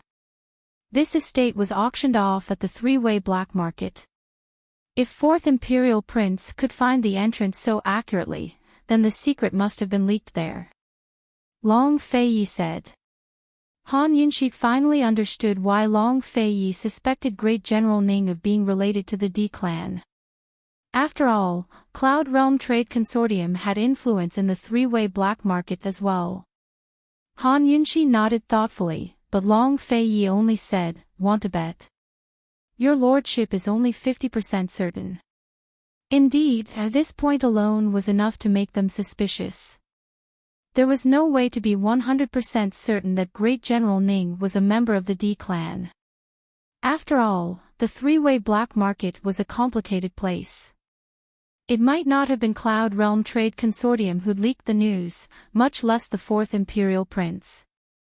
"Alright, then I'll bet that Great General Ning is a member of the Di clan." Han Yunshi smiled. She was using the same old trick to beat him to it. Of all the people who'd bet with her before, Long Feiyi was probably the only one who dared to bet with her a second time. "So your lordship can only bet that he's wrong?" Long Fei asked with amusement. "In any case, you only have a 50% chance of winning." "Our chances of winning are 50-50. Han Yunshi said with a smile. Seriously speaking, Han Yunxi only had 50% confidence in this matter, so she didn't take advantage of him this time. He didn't know when Long Feiyi had stopped saying no to this woman. He asked straightforwardly, "What are the stakes?" Han Yunxi snickered mischievously. The more Long Feiyi looked at her, the more interested he became. Seeing that Han Yunxi didn't speak for a long time, he forced her to speak in a commanding tone. "Speak. If I win, will you hug the little thing?" After Han Yunxi finished speaking, she stared at Long Feiyi's face. Without a doubt, Long Feiyi's expression was very interesting. "If you agree to a bet, you must accept your loss. Don't go back on your word." Han Yunxi grinned. "It's only a 50% chance. Are you sure your lordship will lose?" Long Feiyi retorted. "There's still a chance, isn't there?" Han Yunxi said as she summoned the sleepy lil thing and hid it in her sleeve to gently pet it. By now, she could effortlessly send lil thing in and out of the poison storage space whenever she wanted. Still, it took a lot of effort for her to deal with such a large quantity of poison in the poison pond. Cultivation took time, especially when it came to the cultivation of the mind. If Lil Thing knew that its mommy Yunxi was so considerate of it, would it be so moved that it wouldn't sleep for 3 days and 3 nights? Under Han Yunxi's meaningful gaze, Long Feiyi finally nodded. "All right." Han Yunxi rejoiced. "What are your terms?" But Long Feiyi only said, "If your lordship wins, you'll toss that rat to Pill Fiend Pharmacy to raise. You're not allowed to keep it on you anymore." Although Lil Thing was a poison beast, it hadn't recovered after Han Yunxi took its blood to save Long Tianmo. Right now, it didn't have the ability to protect Han Yunxi. In Long Feiyi's eyes, it was better to toss it to Pill Fiend Pharmacy instead of keeping it on her. Han Yunxi's mouth twitched. "I've already told you many times, Lil Thing isn't a rat. It's a squirrel. How could a rat compare to a squirrel?" The former was disgusting, while the latter was cute and adorable. "Think it over," Long Feiyi said mildly. In other words, if she didn't agree, they wouldn't make the bet. Han Yunxi secretly rejoiced. Long Feiyi must be regretting it now. Although she only had a 50% chance of winning, her past experience told her that this guy's judgment had always been very accurate. She promptly agreed. "There's no need to think about it. It's settled." Long Feiyi glanced at her but didn't say anything. "So it's settled?" Han Yunxi deliberately asked. Long Feiyi finally gave a muffled "Amen." Han Yunxi finally couldn't hold back and burst into laughter. Long Feiyi originally had a sullen expression, but when he saw Han Yunxi laughing like this, he couldn't help but smile helplessly. There was always nothing he could do about this woman. It was only a 50% chance of winning. Was Great General Ning really a member of the D clan? Who would win this bet between Long Feiyi and Han Yunxi? Would Lil Thing stay or leave? Everything was still unknown.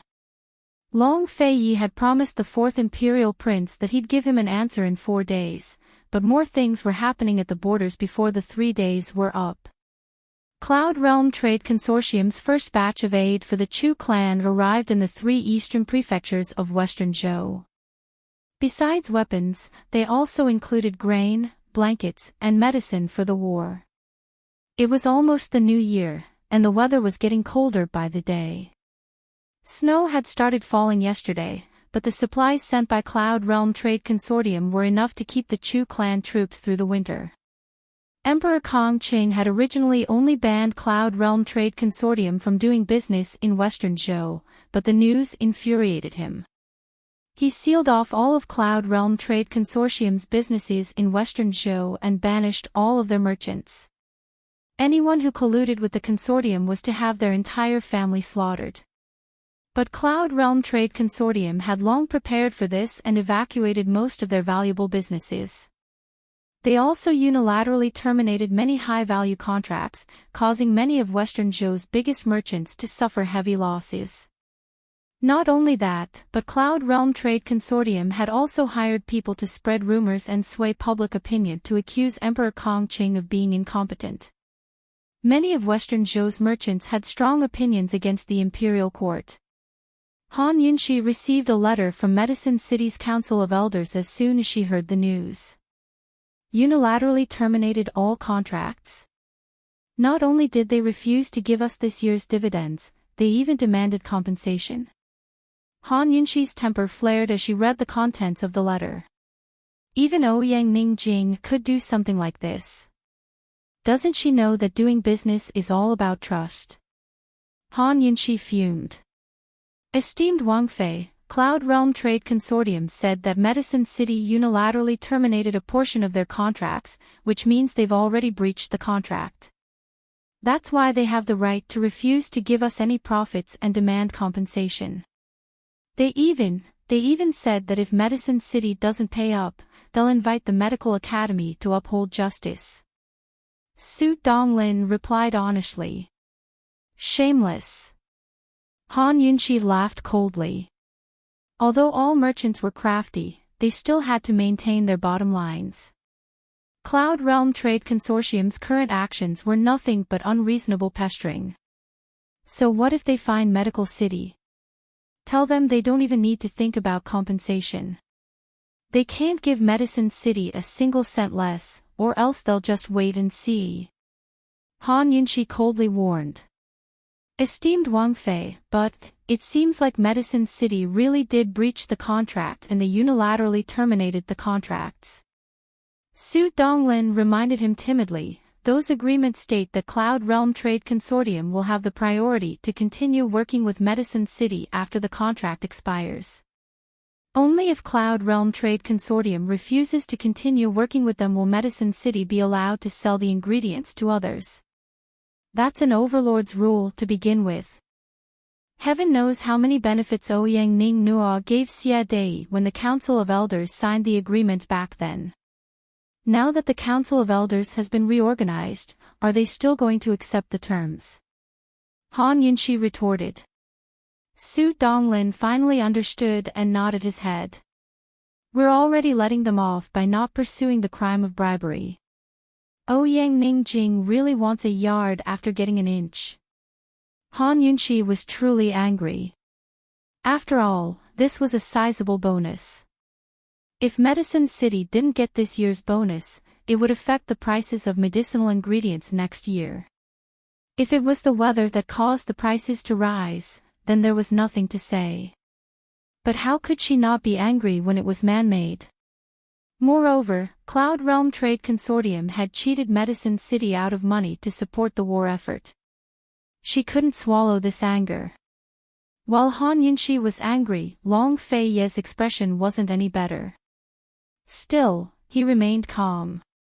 It's unlikely that Cloud Realm Trade Consortium would give up on the medicinal ingredients business so easily, Long Fei Yi said simply. Snow Mountain. Han Yunxi was stunned. Last time, Jun Xia had used the mountain to bribe Xie Dei. That was when she realized that some rare medicinal ingredients could be grown in the mountains. So Cloud Realm Trade Consortium has colluded with Northern Li. Tang Li said faintly. At this moment, Gu immediately rose from his seat and headed outside. So annoying. It's so complicated. This old man's going to West Jing for a look. I'll be back in a few days. Old fiend, be careful. Han Yunxi chased after him a few steps, but Gu was long gone. The situation was just as he'd said. It was so complicated. The situation was already chaotic enough. If Northern Li were to join in as well, then all of Cloud Realm Continent's powers would probably join the fray. A complicated look flickered past Long Fei Ye's eyes before he ordered, Su Donglin, send word to Wang Gong. Tell him to report the matter of the Snow Mountain to the Medical Academy. Just say that Medicine City's Council of Elders suspects Jun Xia has something to do with it. Although the snow mountain was only a guess, Long Fei had pushed the blame onto Jun Yixia. Even if Jun Yixia had already been demoted to a commoner, the medical academy wouldn't let the matter rest. They would keep a close eye on the matter. Any pharmacy with a medical token wouldn't dare to work with Cloud Realm Trade Consortium. If the consortium had any medicinal ingredients in their hands, they could only sell them directly to famous doctors. As long as the medical academy set their sights on Cloud Realm Trade Consortium, which pharmacy or doctor would dare to buy from them? Su Donglin left with his orders. Long Fei finally turned to Han Yunxi and said, "Esteemed Wang Fei, please calm your anger." Han Yunxi gave a snort of laughter as her anger was extinguished. Cloud Realm Trade Consortium was very treacherous, but Long Fei was even more sinister. Tang Li and Chu Shifeng were both stunned by the sight. They'd finally witnessed how the Duke of Qin coaxed esteemed Wang Fei to cheer her up. He'd even said something like, "Esteemed Wang Fei, please calm your anger. Your Highness Duke of Qin, a world war is about to break out in Cloud Realm Continent. Is it really alright for you to flirt like this at the borders?" Chu Shifeng reminded him in a low voice, "Your Highness, you should reply to the 4th Imperial Prince's letter." How would Long Fei reply to the 4th Imperial Prince? Would he go to West Liang? Or stay here?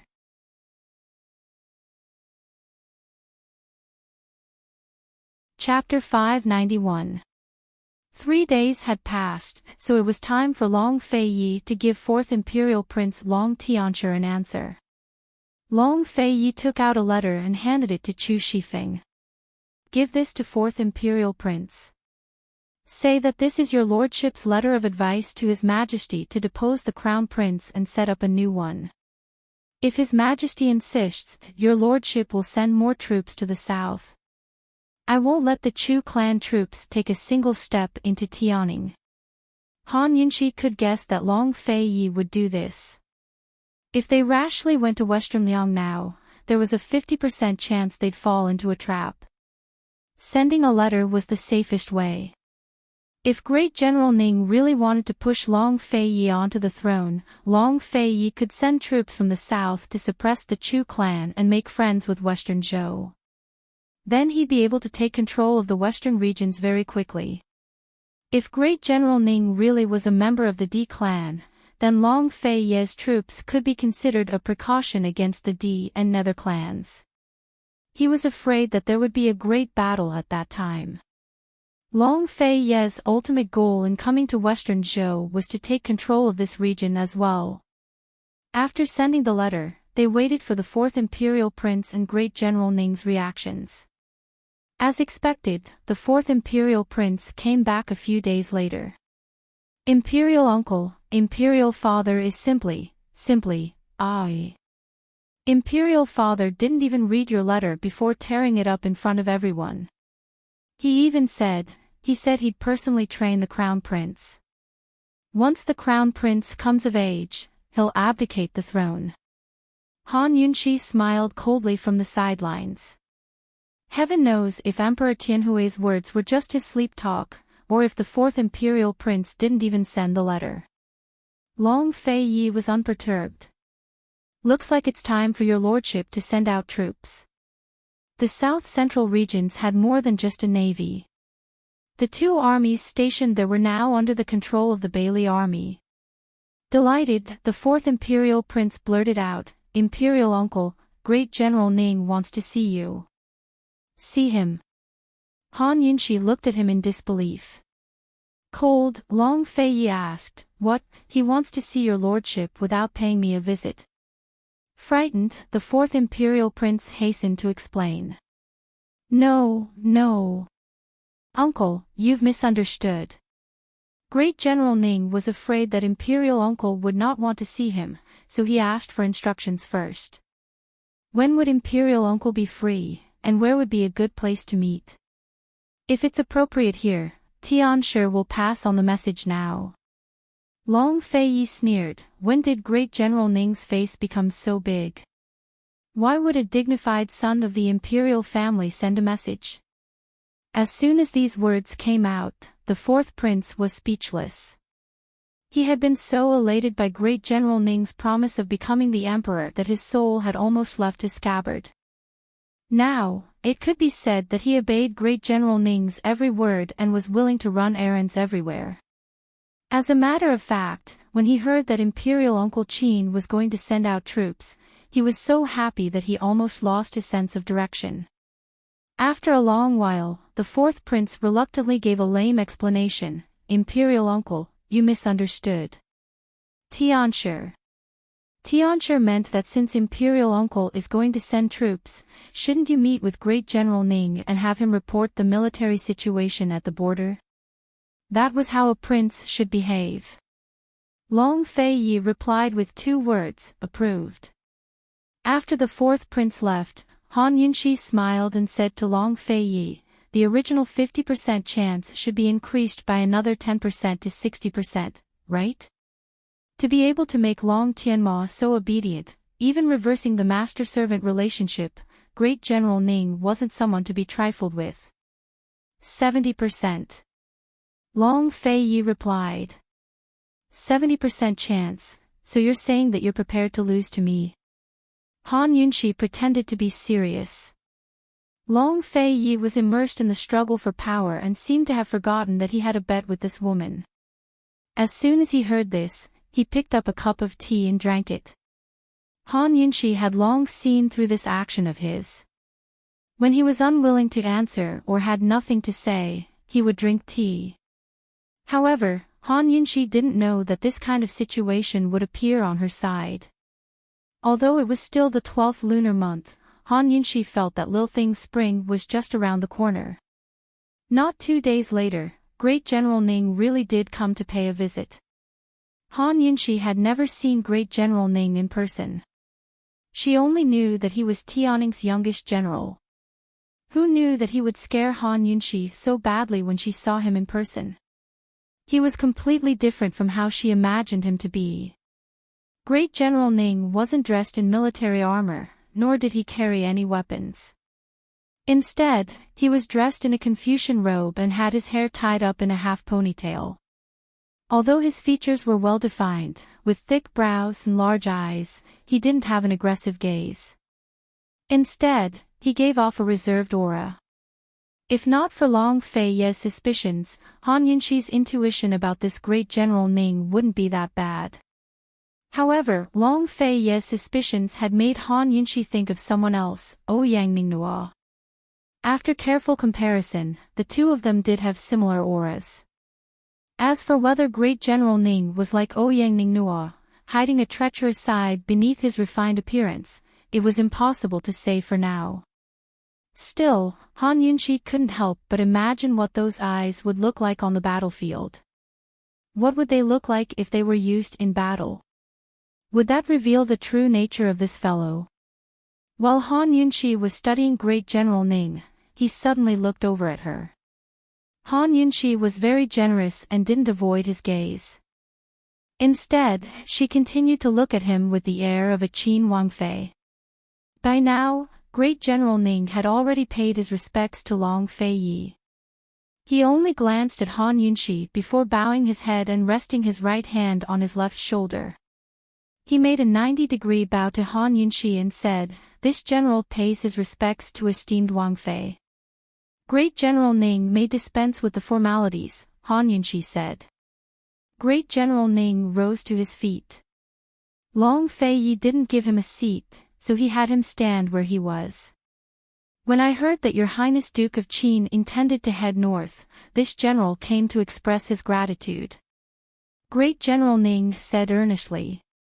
"It is this prince's duty to eliminate the Chu clan and support the Long clan. What are you thanking me for?" Long Fei asked. "This general has brought the cavalry battalion and the western troops to express his gratitude for saving our lives. The cavalry battalion and the western troops may not be able to resist the Chu clan's forces. If that happens, all of our soldiers will die tragically on the battlefield. However, if Your Highness Duke of Qin is willing to send reinforcements north, our army will be greatly strengthened." 2. Our morale will be boosted, and 3. The enemy will be deterred. It will be a great fortune for our army to reduce casualties. Great General Ning looked refined, but his words were sonorous and forceful. He had the stern aura of a military man. Reducing casualties is also this prince's duty. Do I need you to thank me?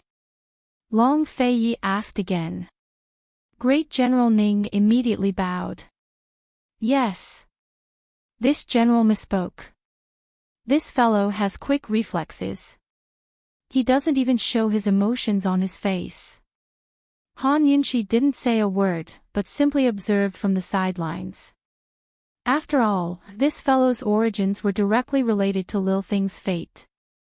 Your Highness Duke of Qin, this general still has something to report, Great General Ning said next. Long Feiyi replied coldly. Great General Ning could only continue. As this general understands, Cloud Realm Trade Consortium has provided red coat cannons to the Chu clan this time. They've already delivered them. At this, Long Feiyi's cold eyes flickered. How many? At least 3. Great General Ning replied. In Cloud Realm Continent, gunpowder was controlled by the various armies, but the red coat cannons weren't in the hands of the military. Instead, they were made by a skilled craftsman. This craftsman lived in the lawless three-way battlefield and hid in the three-way black market all year round. He wasn't restricted by any country. A few years ago, he'd made a single red coat cannon and put it on sale in the market. Over the past few years, there had been no news of red coat cannons, but Cloud Realm Trade Consortium had actually gotten their hands on 3 of them. Leaving aside Long Feiyi, even Han Yunxi was astonished. Although red coat cannons were antiques that could be placed in museums in her eyes, they were still a godly existence in the era of cold weapons. What do you mean? Long Feiyi asked. The Chu clan troops are all elite soldiers with strong archers. Now that they have red coat cannons, they're like tigers that have grown wings. They can't be underestimated. In this general's humble opinion, this general's 2 armies will attack from the east while your highness's forces from the north will attack from the south. Then we'll join forces with Western Zhou to attack from the west.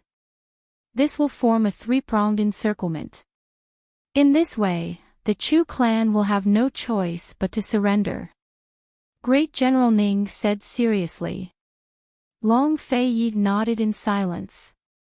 He rapped his knuckles on the table, indicating for Great General Ning to sit on one side. Great General Ning respectfully took a seat and explained the situation in the east, as well as the details of his forces. Han Yunxi was puzzled. Why was Great General Ning so determined to deal with General Chu? Could it be that their 70% confidence was wrong? Did Great General Ning have nothing to do with Cloud Realm Trade Consortium or the Chu clan? Long Feiyi allowed Great General Ning to speak without a word. By the time Great General Ning finished, he was still deep in thought. After a while, he finally spoke up. All right. Your lordship will take care of Emperor Kongqing.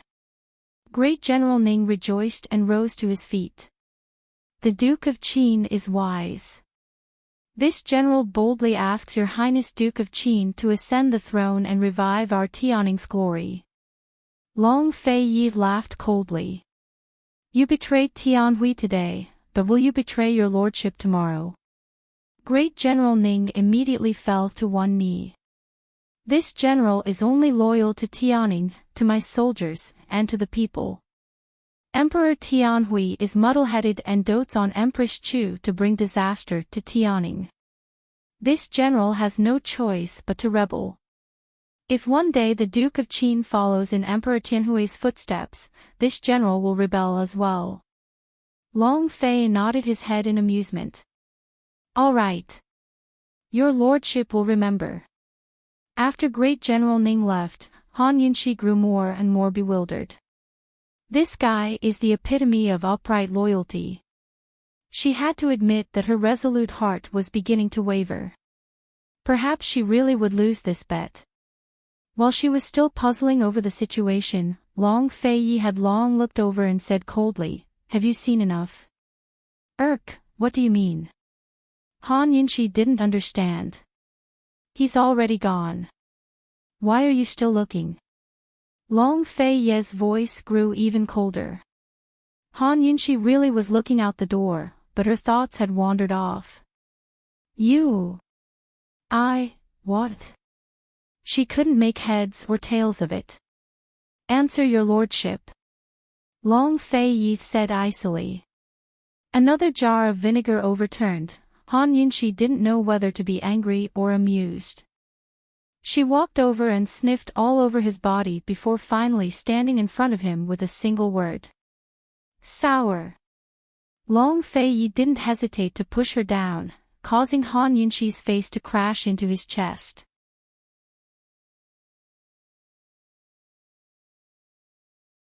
Chapter 592. Han Yunxi's face was pressed against Long Fei's chest. Although he didn't seem to be using much force, she couldn't move at all. What's the point of smelling something sour up close? You can smell it from miles away. Answer your lordship's question. Long Fei's deep voice seemed to come from his chest. It was low, sexy, and even a little hoarse. Han Yunxi's ears turned red at the sound. She was no stranger to this man's voice. If this was the past, Han Yunxi's mind would have gone blank by now. But things were different now. Faced with this man, she wouldn't be so foolish. In fact, she had more of her true nature. "He's already gone, but you're still so jealous." Han Yunxi was still smiling. Long Fei's displeasure was written all over his face. Cold, he asked, "You're not going to answer, is that it? Answer me first." Han Yunxi's voice was pressed against his chest, as if it could penetrate his heart. "Yes." Long Fei admitted it so openly that Han Yunxi gave a start. She didn't know how to continue. "Big bro," Tang Li's voice suddenly drifted over as he and Chu Shifeng strode into the room. The two of them were hiding in the dark. After watching Great General Ning leave, they immediately came back. They had a lot of opinions about this Great General Ning. Who knew that they'd run into something they shouldn't have? Tang Li subconsciously muffled his mouth, knowing that he'd ruined things. But despite his loud voice, Long Fei ignored him as if he hadn't heard a thing. Instead, it was Han Yunxi who seemed to be doing her best to turn around, but couldn't move. Tang Li and Chu Shifeng exchanged glances before tactfully backing away. Just as they were about to leave the room, they saw Long Fei lift Han Yunxi's chin and kiss her fiercely. This was actually not the first time. Tang Li remembered bumping into him once, but Chu Shifeng had lost count of how many times. In any case, they discovered that although the Duke of Qin was conservative in certain areas, he was only conservative when it came to other people. As for himself, as long as his partner was Han Yunxi, as long as he was in the mood, he could do it anytime, anywhere. Fortunately, Long Fei's personal coachman was not present, otherwise he would have added, indeed, anytime, anywhere. The spacious guest hall was completely silent. Long Fei leaned back on the chair. Han Yunxi looked like she was lying on top of him, but in reality, she was being held down by his hands. She raised her head, and he lowered his head. He sucked on her delicate lips fiercely, as if he was passionately punishing her, as if he was demanding and giving. Unknowingly, he let go of her chin and pressed on the back of her head, urging her to come closer and closer. Unknowingly, she let go of her hands that were resisting his chest. She wanted to get closer, even closer. Jealousy, questioning, joking, and serious feelings all melted into the two of them as they tossed and turned in bed. Sometimes, he'd gradually become gentle. But this time, it was clearly different. This time, he was more intense, like a fierce beast surging in his chest. She almost couldn't take it. Amidst the heat, he allowed her a moment to catch her breath before another round of surges followed. After an unknown number of times, he finally let go of her in satisfaction, allowing her to lean against his chest again. She gasped for air and was almost out of breath. Every time she was bullied to the point of no return, she'd warn herself that there wouldn't be a next time. This man couldn't be provoked, but as time went on, she'd forget and suffer the consequences of her own actions. Actually, her breathing was ragged, but not as fast as his heartbeat. Leaning against his chest, she could clearly hear his violent heartbeat. After resting for a long time, he finally spoke, his voice as cold as ever. "Did you taste it?" "What?" she asked offhandedly. He knitted his brows again and lifted her chin again, forcing her to look at him. Arching a brow, he asked, "Is it sour? Do you still want to taste it?" So, did he just let her have a taste? She finally understood. Her face, which was already hot, seemed to be burning up. She slapped his hand away and turned her head away from him. How could this guy ask such a shameless question in such a serious manner? Coquettish on the outside. She sent him these two words in her heart. Could this be considered as subduing this woman? Every time he kissed her until she was weak and paralyzed on top of him, he would think so. Perhaps it was because he was hiding too much, or perhaps it was because he couldn't give her more, so even though he was holding this woman, he still felt a sense of distance from her. Han Yunshi, if there really was 100 steps. How many more steps did this prince have to take? The two of them didn't speak again. It seemed silent, but it was actually warm. In the quiet room, the two of them embraced each other in silence. Time seemed to have stopped here. Whether it was teasing or being naughty, it was fine. No matter how much they teased each other or how naughty they were, their hearts would always tacitly approve of it. After a long time, Han Yunshi finally spoke up. "Long Fei Yi, the more I looked at that surnamed Ning just then, the more I felt something was off. We need to reduce our chances by at least 30%. Before, Long Fei Yi was 50% certain that Great General Ning was from the D clan's Ning clan. Then the 4th Imperial Prince's visit increased his chances by another 20% to 70%. Now that Han Yunshi had cut off 30%, he was left with 40%. "Are you sure?" Long Fei Yi asked. "I'm sure. I don't think so. Moreover, if he's from the D clan's Ning clan, then he's obviously seeking death by asking you to attack the Nether clan from 3 sides." Han Yunshi replied seriously. "Then are you still betting?" Long Fei Yi asked next. Han Yunshi thought it over, then asked, "What about you? Are you still betting?" "Yes."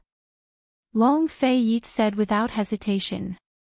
Cloud Realm Trade Consortium had clearly helped the Nether clan, but if Great General Ning was from the D clan, why would he do such a thing against them? After all, as soon as Long Fei Yi contacted Emperor Kong Qing and sent troops from the south, the Chu clan wouldn't be able to hold out any longer. "How can you be so sure?" Han Yunshi asked. Long Fei Yi didn't answer, but asked, "Are you betting or not? Can I back out of the bet?" Han Yunshi asked. Long Fei Yi nodded. Now Han Yunshi was in a dilemma. If she kept betting and Great General Ning really wasn't from the D clan, then she'd lose and Lil Thing would be sent back home. If she won, then Long Fei Yi would have to hold Lil Thing for a while. As she analyzed the situation, she suddenly suspected that Long Fei Yi was trying to confuse her on purpose so she could give up on the bet. "I'll continue." Han Yunshi made her final decision. It's really tiring to play mind games with this guy. It's even more tiring to compete with IQ. Long Fei Yi's mouth twitched. Actually, he was already certain that Great General Ning was from the D clan. He'd said so much just then to confuse Han Yunshi and make Han Yunshi give up on the bet. But this woman was clearly wavering, but still persisted in the end. It's really tiring to compete with this woman in terms of brain power. As soon as he thought of that furry mouse, Long Fei-yi grew irritated. No matter how confident they were, it was still just their guesses. Before the truth was revealed, no one could be sure of the final outcome. That very day, Long Fei-yi sent a letter to Emperor Kongqing, proposing a joint operation. At the same time, he called for General Bailey to have the two southern armies continue north. Actually, Long Fei-yi had already ordered them to head north secretly when he arrived in western Zhou. Moreover, these two armies weren't far from the northwestern border to begin with, so it wouldn't be difficult for them to reach the border within 10 days. The next day, Long Fei received definite news that Great General Ning had begun to transfer his troops.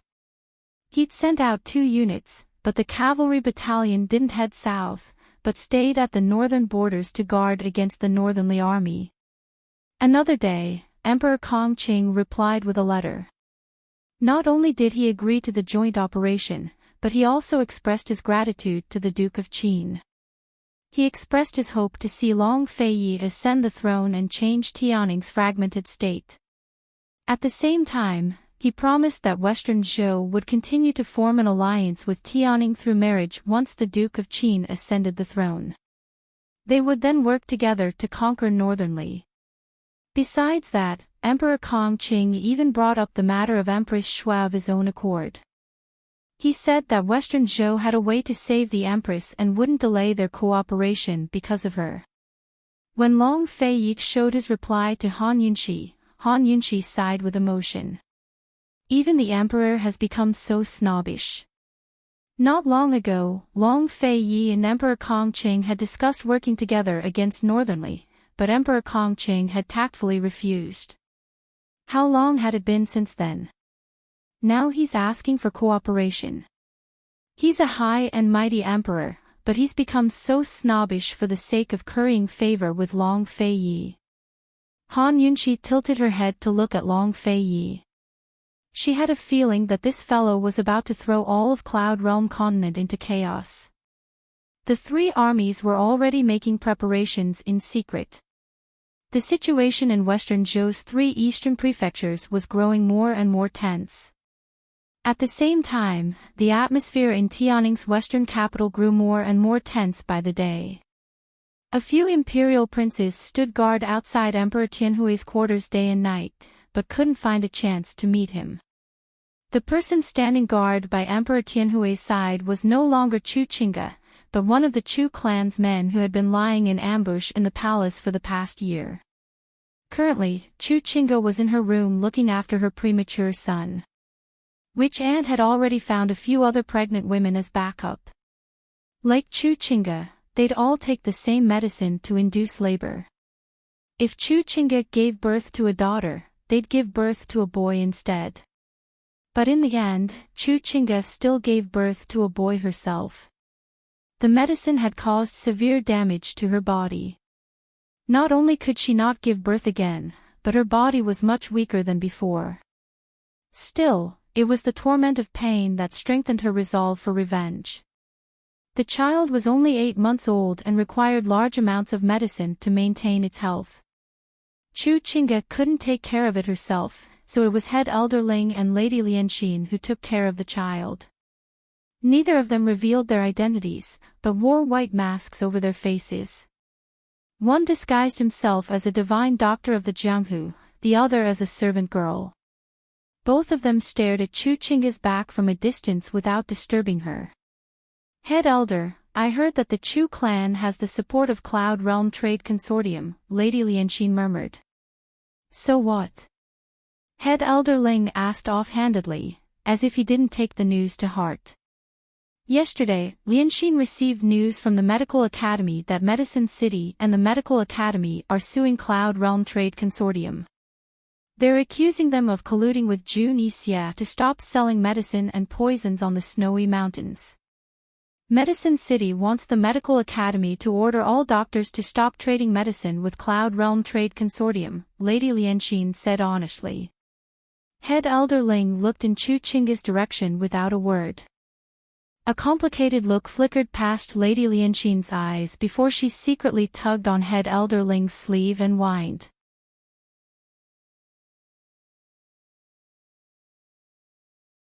Chapter 593.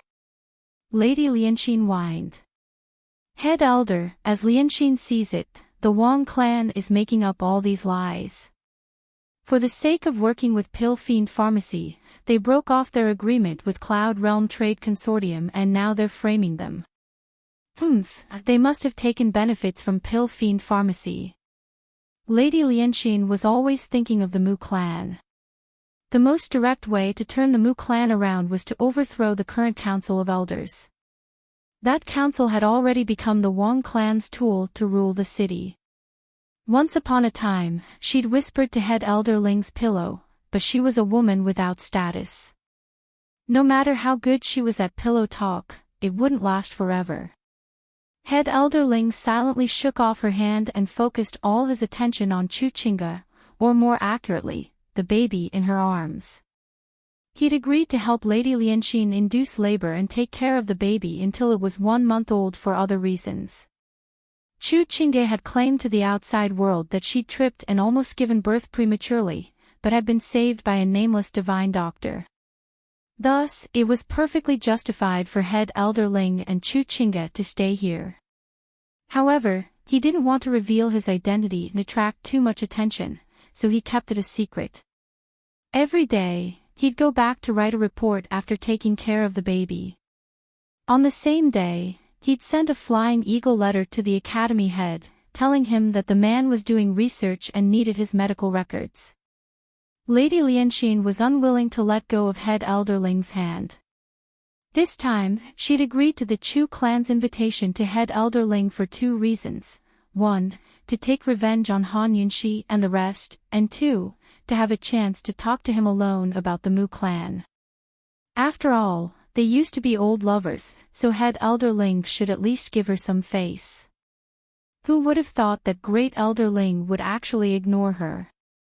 Madame Lianxin still wanted to hold Head Elder Ling's hand, but Head Elder Ling turned and left.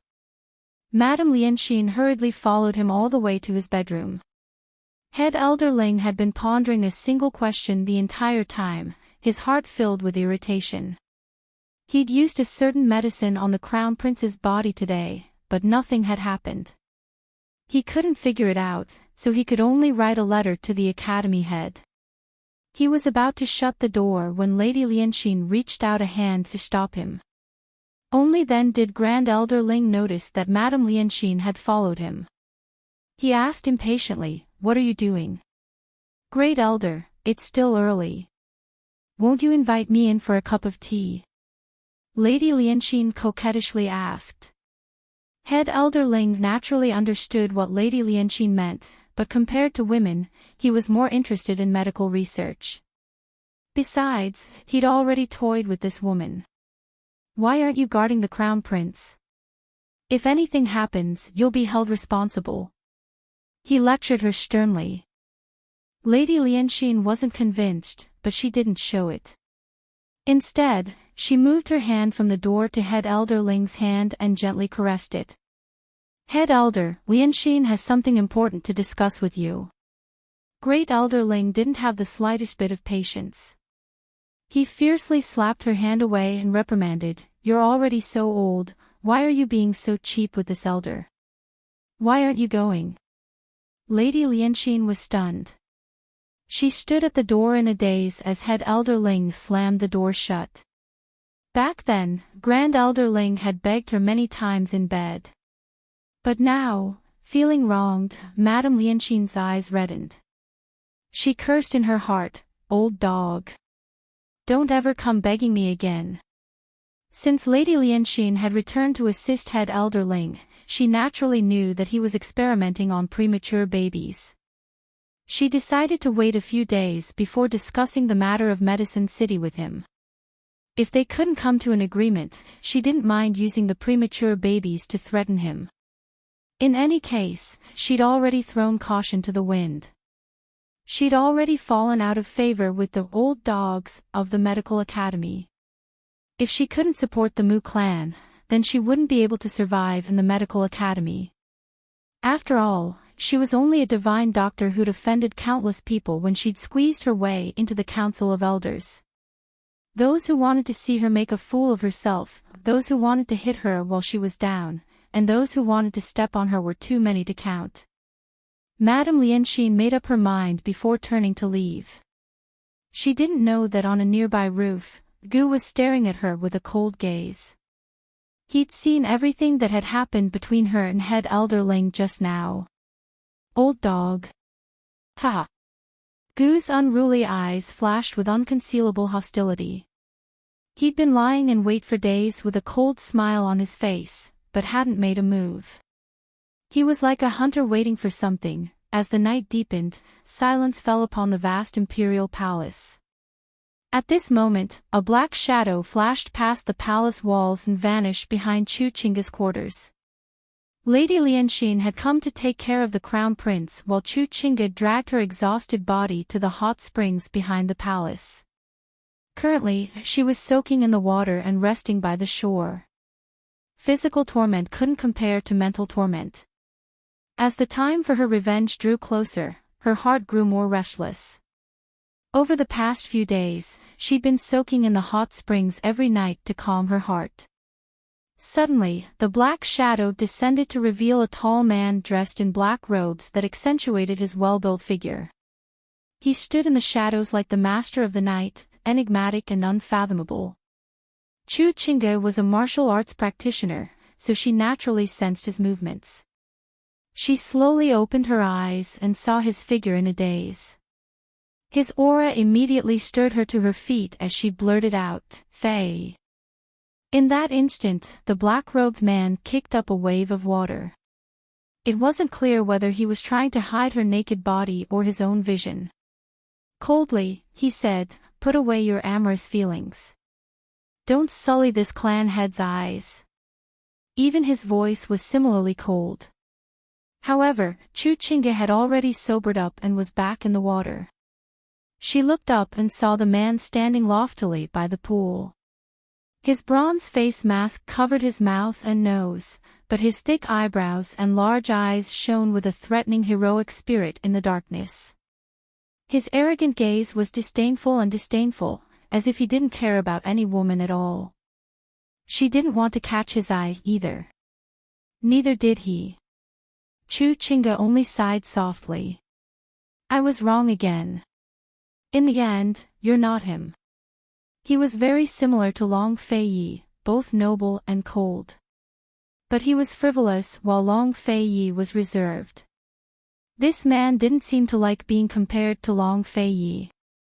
He kicked up another wave of water, which turned into a sharp arrow that shot past Chu Qingge's body. This was a warning. Now Chu Qingge was thoroughly awakened from her wet dreams. She boldly rose to her feet, but he immediately turned around with disdain.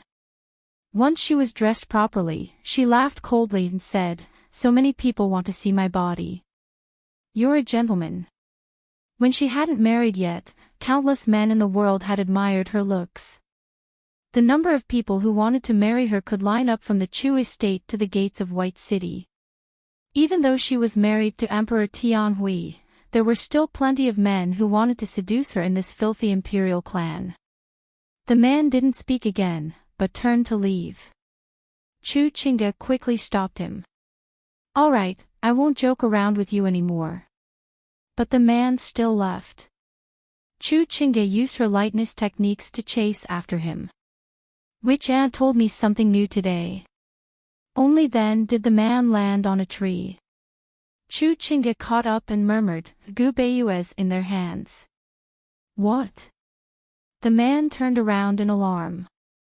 Tianning's former chief imperial physician, head imperial physician of the Imperial Physician Courtyard, and now Pilfiend Pharmacy's Dr. Gu. "Gu Beiyues in my uncle's hands," Chu Qingge said seriously. "What's going on?" the man asked cold. "I've asked for details, but Witch Aunt doesn't know either. Maybe my uncle sent people to capture him on purpose." "Gu Beiyue and Han Yunxi have a deep relationship," Chu Qingge said. "Deep relationship?" Is that enough to keep Long Fei Yi in check? The man asked disdainfully. Although Chu Qingge didn't want to admit it, she still had to make an objective judgment. Yes. Because if they can keep Han Yunxi in check, they can keep Long Fei Yi in check as well. A complicated look flickered past the man's eyes. What could a mere doctor have to do with Han Yunxi? You have to believe that my uncle won't capture people for no good reason. Chu Qingge smiled coldly. Her words convinced the man. I know. He prepared to leave after saying this, but Chu Qingge stopped him again. I've told you everything. Don't forget what you promised me. The man didn't turn around, but waved her back. Don't forget. Chu Qingge reminded him again. She didn't leave until she saw the man's figure disappear into the darkness. This man was none other than the D clan head, Ning Qing. Chu Qingge had forced her father to swear an oath that the Chu clan would hand over Han Yunxi's life to her. But her uncle had given up on her big brother, making her realize that her father couldn't make such decisions. Just when she was at her wit's end, the D clan head, Ning Qing, came knocking on her door and told her everything. She had sacrificed so much for the Chu clan in her life, but only now did she find out its secrets. She realized that the Chu clan was the Nether clan, and that the Nether clan wasn't a traitor to Western Qin's imperial clan. They had no choice but to kill the imperial prince all those years ago. The Nether clan head told the D clan the truth of the past, as well as the fact that the orphan of Western Qin's imperial clan might still be alive. He even revealed a secret unknown to the rest of the world: the princesses of Western Qin had a phoenix birthmark on their backs. Thus, the D clan and the Nether clan, who were loyal to Western Qin's imperial clan, decided to work together to restore Western Qin to its former glory. But Ning Qing could tell that the Nether clan head, Chu Yuni, had long abandoned the imperial clan in his heart. He was simply using its name to win over other powers. Thus, Ning Qing was simply beating him at his own game. Once he conquered Tianing and the 3 eastern prefectures of Western Zhou, Ning Qing's first order of business would be to eradicate the Chu clan. Chu Qingge was surprised that Ning Qing would come looking for her, but she had to admit that Ning Qing had found the right person. Aside from Han Yunxi, she hated the Chu clan more than anyone else. Ning Qing had already promised to help her capture Han Yunxi and eradicate the Chu clan, freeing her. Why wouldn't she agree? Chu Qingge returned to the hot springs, took off her outer robes, and slowly soaked herself in.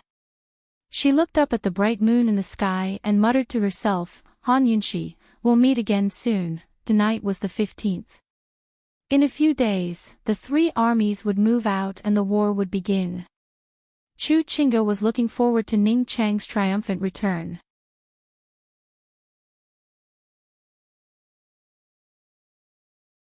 Chapter 594. It wasn't clear if someone had leaked the news on purpose, or if the mobilization of troops was too big to attract the Chu clan's attention. After the Duke of Qin, Emperor Kongqing, and Great General Ning decided to unite the 3 armies, the Chu clan quickly received news. Once General Chu confirmed the news, he immediately went to see Chu Yuni.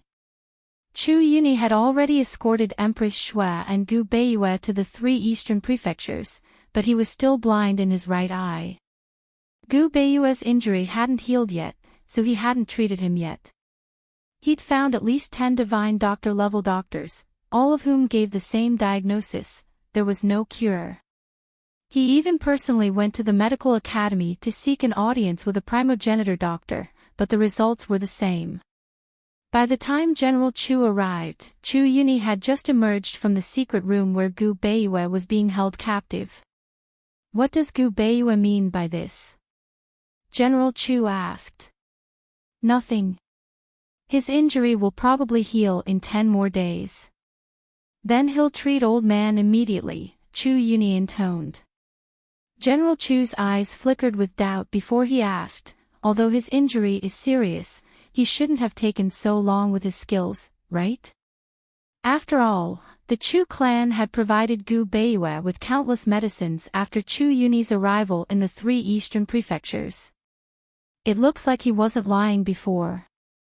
His body really is getting weaker by the day. Chu Yuni had found a doctor to examine Gu Beiyue's injury.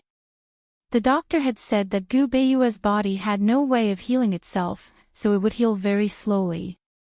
Big bro, in other words, we don't have to worry too much after this brat recovers? General Chu asked next. Chu Yuni only looked at him coldly.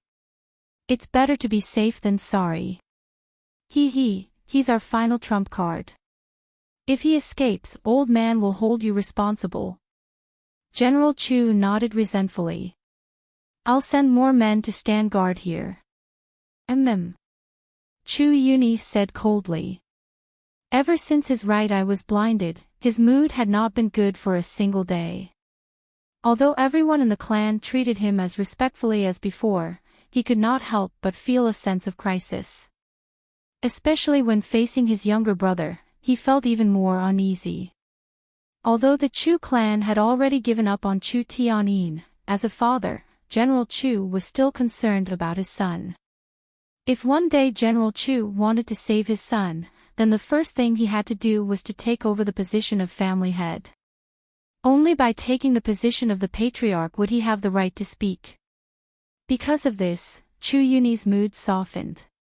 Keeping Gu Beiyue safe is also a way to save Tianyin. Upon hearing this, General Chu seemed to have eaten a tranquilizer and was overjoyed. Understood. You came to find me for something? Chu Yuni asked. General Chu was so happy that he almost forgot the most important thing. He quickly told Chu Yuni the details of the 3 armies' joint efforts. Chu Yuni only laughed coldly. Great General Ning. Excellent. He kept repeating the words excellent, until he couldn't hide his anger any longer. What a great General Ning, what a Ning Qing. What does he mean by that? That's right, great General Ning's name was Ning Qing. His little sister, Tianning's noble consort Ning, was called Ning, and together with Ouyang Ning Jing, they combined to mean An Jing.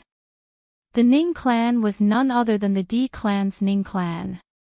Just as Chu Yuni was about to explode, an attendant came in to report, "Clan head, the Ning clan head has come to visit."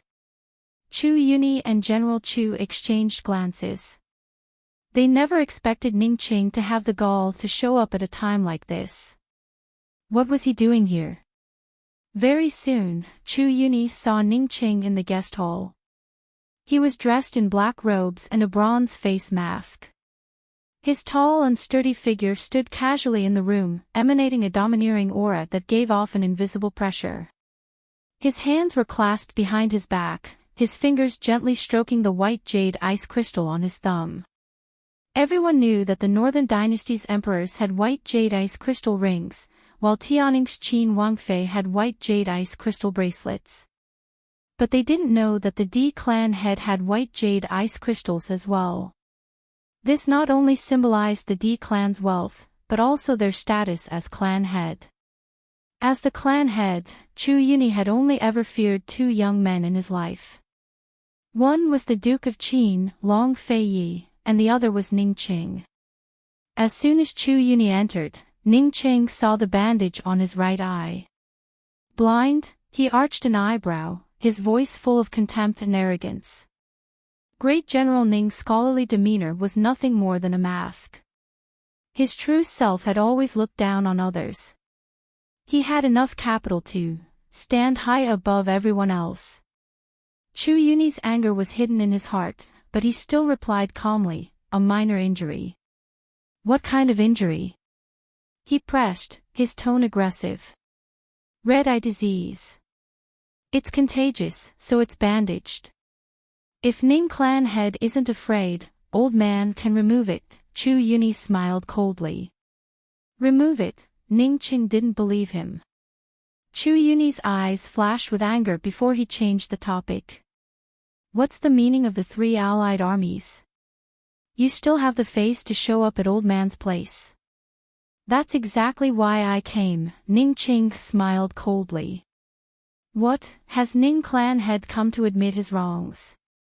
Chu Yuni asked. No. Ning Ching was very direct, his arrogant tone commanding.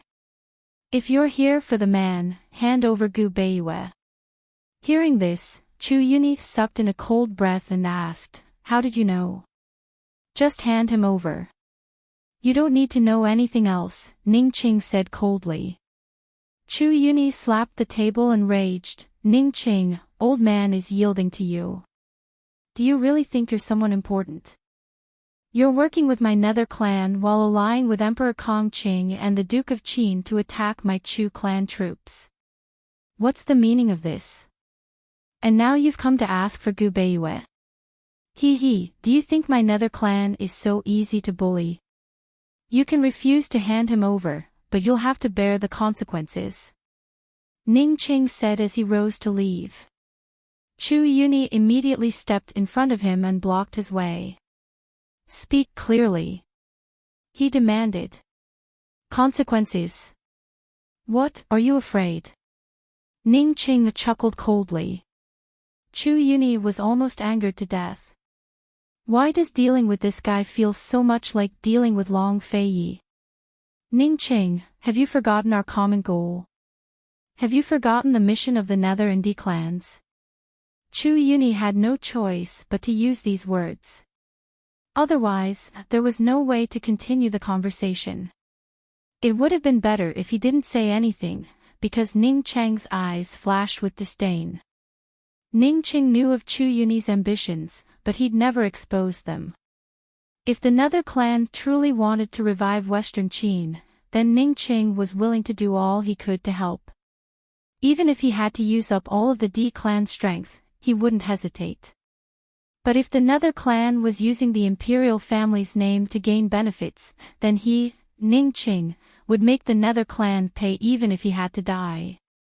I haven't, Ning Ching said in a low voice. Then what's the meaning of the three armies joining hands? Who are you planning to give Tianning's throne to? Chu Yuni asked. They'd agreed before that once Emperor Tianhui died, Great General Ning's estate would support the crown prince to ascend the throne. The Empress Dowager would rule from behind the curtains while the Chu clan would take over Western Zhou's 3 eastern prefectures and submit to Tianning. In name, the Chu clan would submit to Tianning, but in reality, it would be the Chu clan who controlled Tianning. They'd use Tianning as their base of operations and search for a successor to the imperial family while expanding their strength.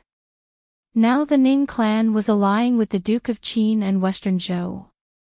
Chu Yuni had no idea what Ning Ching was thinking. Do you think I should refuse the Duke of Qin's offer to work with this soldier? Or beat him at his own game? Ning Ching retorted. How are you going to beat him at his own game? Chu Yuni asked anxiously. Don't worry, this soldier's soldiers will definitely arrive before the Duke of Qin's.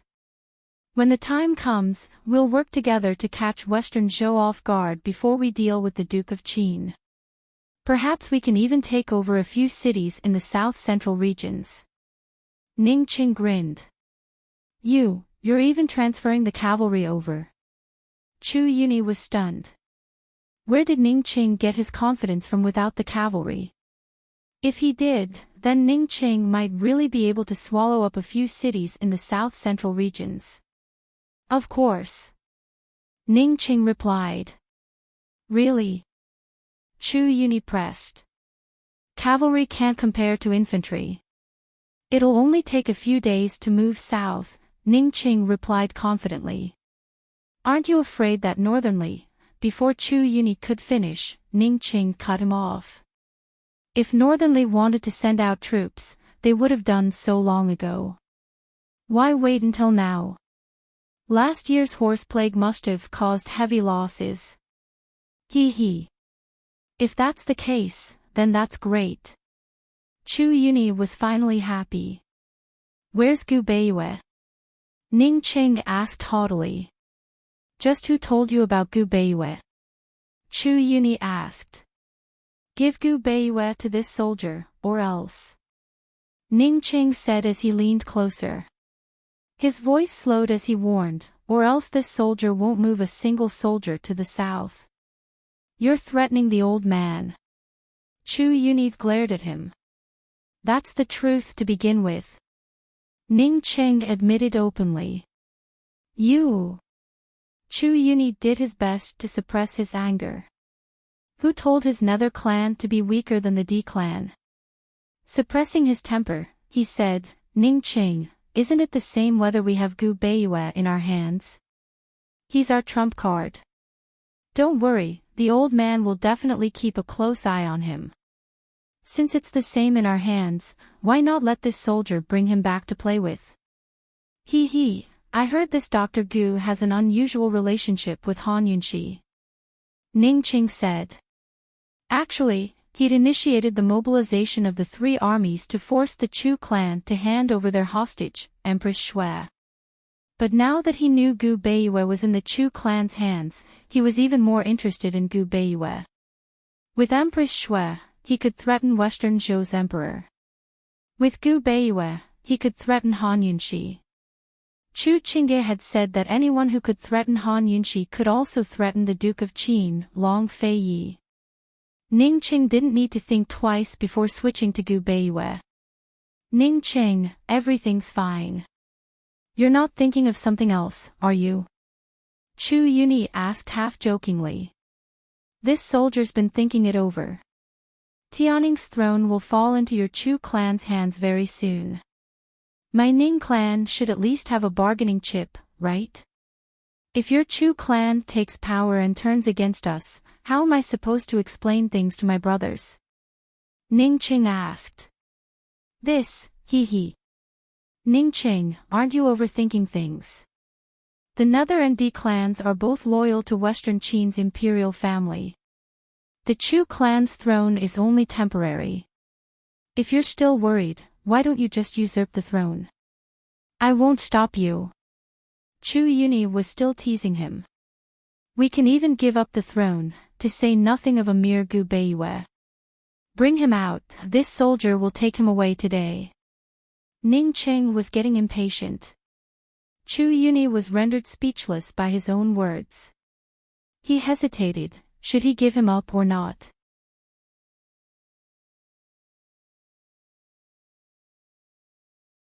Chapter 595. Should he give it up or not? Since Ning Qing had brought it up, there was no way he'd back down. If the Chu clan didn't budge, then Chu Yunyi knew Ning Qing well enough to know that he'd never let the matter rest. Ning Cheng's words made sense as well. The Chu clan was already 90% certain to take the throne, so the D clan had to have a bargaining chip in their hands to be fair. Chu Yunyi understood Ning Cheng's loyalty to Western Qin's imperial clan. He believed that as long as the Nether clan complied with this young man's wishes, the D clan wouldn't fall out with the Nether clan.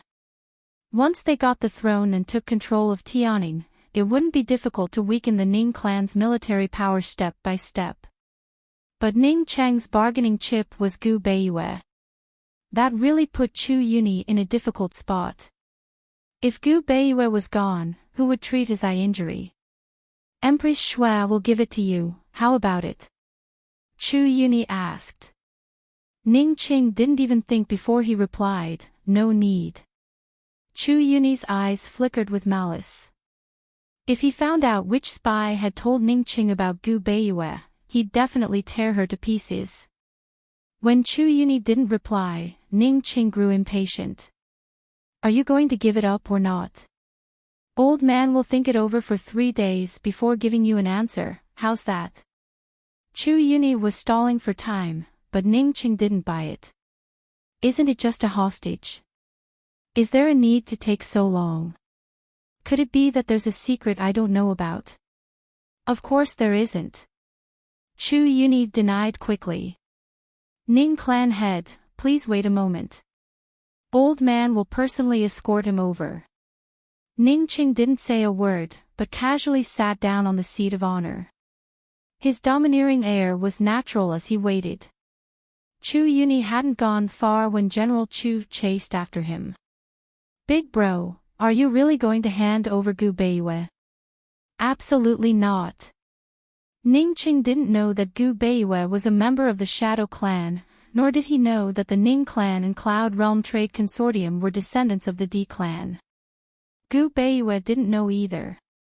In Ning Cheng's eyes, Gu Beiyue was a doctor. In Gu Beiyue's eyes, Ning Qing was only Great General Ning. If he didn't tell Ning Qing the truth, Ning Qing would only think that Gu Beiyue was a powerless doctor and wouldn't be on guard. As a result, it was very likely that Gu Beiyue would have the opportunity to escape. However, if he told Ning Qing about Gu Beiyue's identity, things would get troublesome. After all, Ning Qing and Gu Beiyue were both loyal and devoted to the Western Qin Imperial Clan. As soon as Gu Beiyue told Ning Qing about the Chu clan's ambitions, the consequences would be unthinkable. Chu Yuni had long considered all of General Chu's concerns. Otherwise, he wouldn't be so hesitant. Saying that he'd come personally to escort Gu Beiyue was only an excuse. He needed time to calm down and think things over. He remained silent as he walked towards the secret room. General Chu knitted his brows but didn't ask any questions. He simply followed by his side. Chu Yuni wasn't planning to deal with the current situation first, but the more he thought, the angrier he got. In the end, he couldn't help but ask, just who told Ning Qing about this? Only a handful of people in the Nether clan knew about Gu Beiyue's identity, much less that Gu Beiyue was a prisoner. Who told Ning Qing about this? Which aunt? General Chu could only think of that person. Which aunt doesn't know about Ning Chang's identity? Whoever did this must know that Ning Qing is a descendant of the D clan. Otherwise, they wouldn't have told him. General Chu said seriously. In the eyes of outsiders, Tianning's great General Ning was the mortal enemy of the Chu clan troops. Few people knew about Gu Beiyue's identity, much less Ning Chang's. Besides a few of their trusted subordinates, there was no one else who knew. Looks like we'll have to get rid of all our subordinates. General Chu said. Chu Yuni was thoroughly vexed. He kept walking without a word, but General Chu quickly chased after him to stop him. Big bro, no matter what, we can't hand Gu Beiyue over to Ning Qing. There's nothing to think about. Indeed, there was nothing to think about. Once Gu Beiyue fell into Ning Chang's hands, they'd either lose this hostage for nothing, or the Nether clan would be finished. But Chu Yuni ignored General Chu. It wasn't clear what he was thinking, but he abruptly turned to leave. But he didn't take more than a few steps before turning back again. His hands were behind his back as he paced back and forth. After a round, he sighed and looked at General Chu anxiously. Big bro, just what are you thinking about? I might as well help you refuse. If he wants a hostage, just give him Empress Shui. General Chu left as soon as he finished speaking, but Chu Yuni was fierce. Come back. Big bro. General Chu didn't understand. You don't understand that brat's temper. There's no one he can't get away with once he names them. Chu Yuni said helplessly. What else can we do if we don't give them to him? Don't forget that the Nether and D clans are on the same boat now. General Chu grew angry as well. Big bro, you're just boosting his morale and destroying our own. General Chu really didn't understand Ning Qing. Although he knew of Ning Chang's identity, he'd never interacted with Ning Qing directly. Because Ning Qing was the head of the clan, he only discussed matters with Chu Yuni, the clan head. Now that the three armies are working together, he's even sent his cavalry south behind the Duke of Qin's back. Even without the Chu clan, his D clan's military strength and wealth are more than enough to take over Tianning and the three eastern prefectures. If we anger him enough, it'll only take a single thought for him to abandon our Chu clan, Chu Yuni said seriously. He dares. General Chu grew alarmed. He dares. Chu Yuni was certain. The Nether and D clans had joined forces because the Nether clan had sought out the D clan and told them the truth. Thus, the Nether clan had always used the excuse of reviving Western Qin as an excuse to take the lead. The D clan was stronger than the Nether clan, but they were always willing to cooperate with them. But if the Nether clan couldn't take over the 3 eastern prefectures and Tianning's throne this time, then Ning Cheng's temper would make him fight for control. After a long time, Chu Yuni finally said, "Endure." Only by enduring would the Nether clan have a chance. But General Chu trailed off.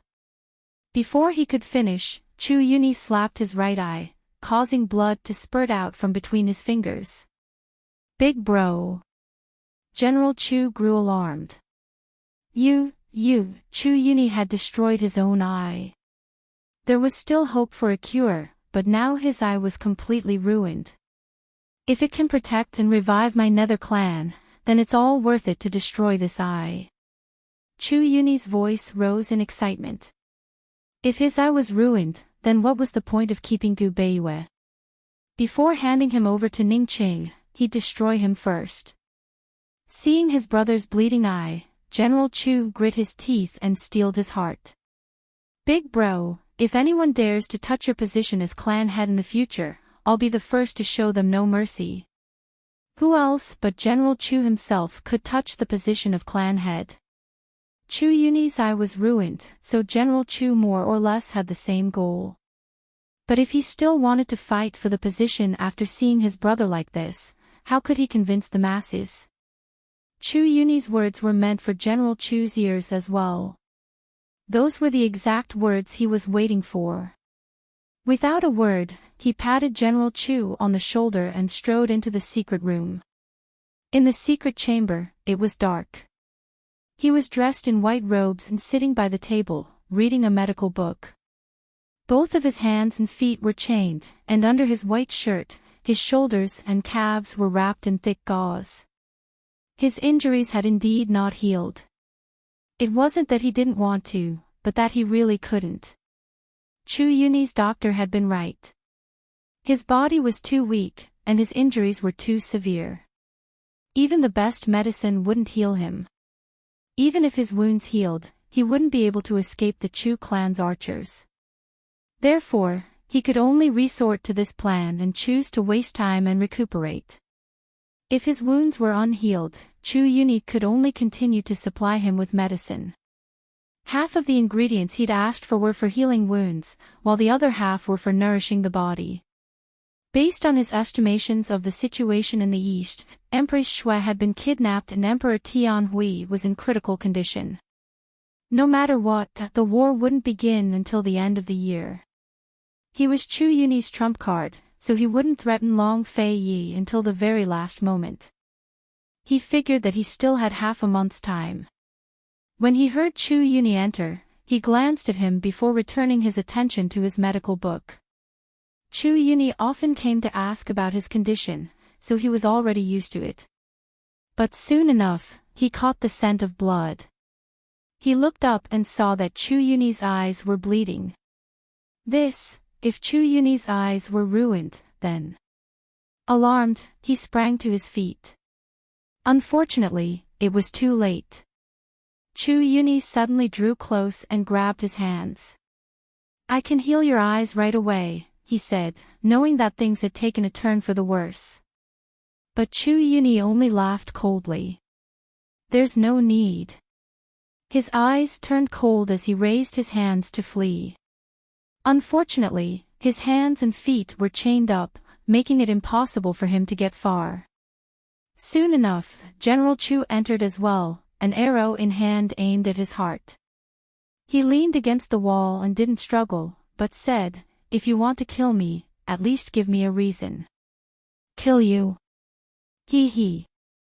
Chu Yuni laughed out loud as he grabbed Gu Beiyue by the neck with his elbow. Then he sent a vicious fist crashing into Gu Beiyue's dantian. Ha! Gu Beiyue groaned before spitting up a mouthful of blood. For the first time in his life, he revealed a stunned expression. He gaped, unable to believe what had just happened to him. But the pain in his dantian reminded him that this was all real. Chu Yuni's fist had clotted his dantian with blood, destroying his internal energy and martial arts. In that instant, the scenes of his childhood practicing martial arts flooded into his mind. He saw the loving smiles of his parents, heard the patient encouragement of his grandfather, and saw the image of himself as a child training bitterly, one move after another. Gone, everything was gone with Chu Yuni's fist. His internal energy was gone, and so was his shadow arts. How was he supposed to complete the Shadow Clan's mission? How was he supposed to protect his beloved? Gone, everything was gone, how was he supposed to stay calm? He stood there in a daze until Chu Yuni undid his chains. Slowly, he recovered his wits and asked, "Why?" "Beiyue, don't blame me." Chu Yuni intoned. "Why?" Gu Beiyue raged. "You might as well kill me. Someone specifically wants you. My nether clan doesn't have the power to keep you here." Chu Yuni naturally wouldn't expose Ning Cheng's identity. He trusted that Ning Cheng wouldn't reveal himself either. By the time Chu Yuni finished treating his eye injury and escorted Gu Beiyue to the guest hall, Ning Cheng was already impatient.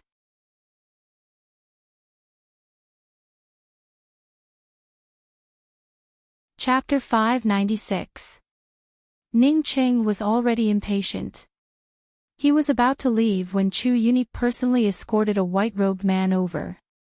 This was Ning Cheng's first time seeing Gu Beiyue, so he didn't have a deep impression of the man. His haughty gaze swept over Gu Beiyue and noticed the wounds on Gu Beiyue's shoulder and leg, but he didn't think much of it. He guessed that the Chu clan must have injured him when they captured him.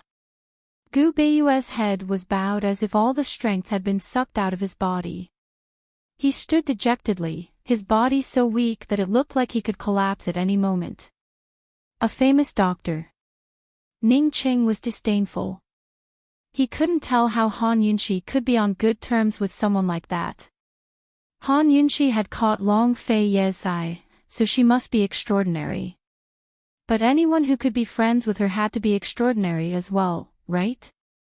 This Gu Beiyue in front of him didn't look like a doctor at all. He looked more like a frail scholar. "I've brought the man you wanted," Chu Yuni said mildly, not revealing any details. Ning Cheng naturally understood. He wore a mask because he didn't want to reveal his identity, so he nodded without a word. He personally grabbed Gu Beiyue by the collar and prepared to drag him out. But Gu Beiyue suddenly raised a hand and shoved Ning Cheng aside. "I can walk on my own."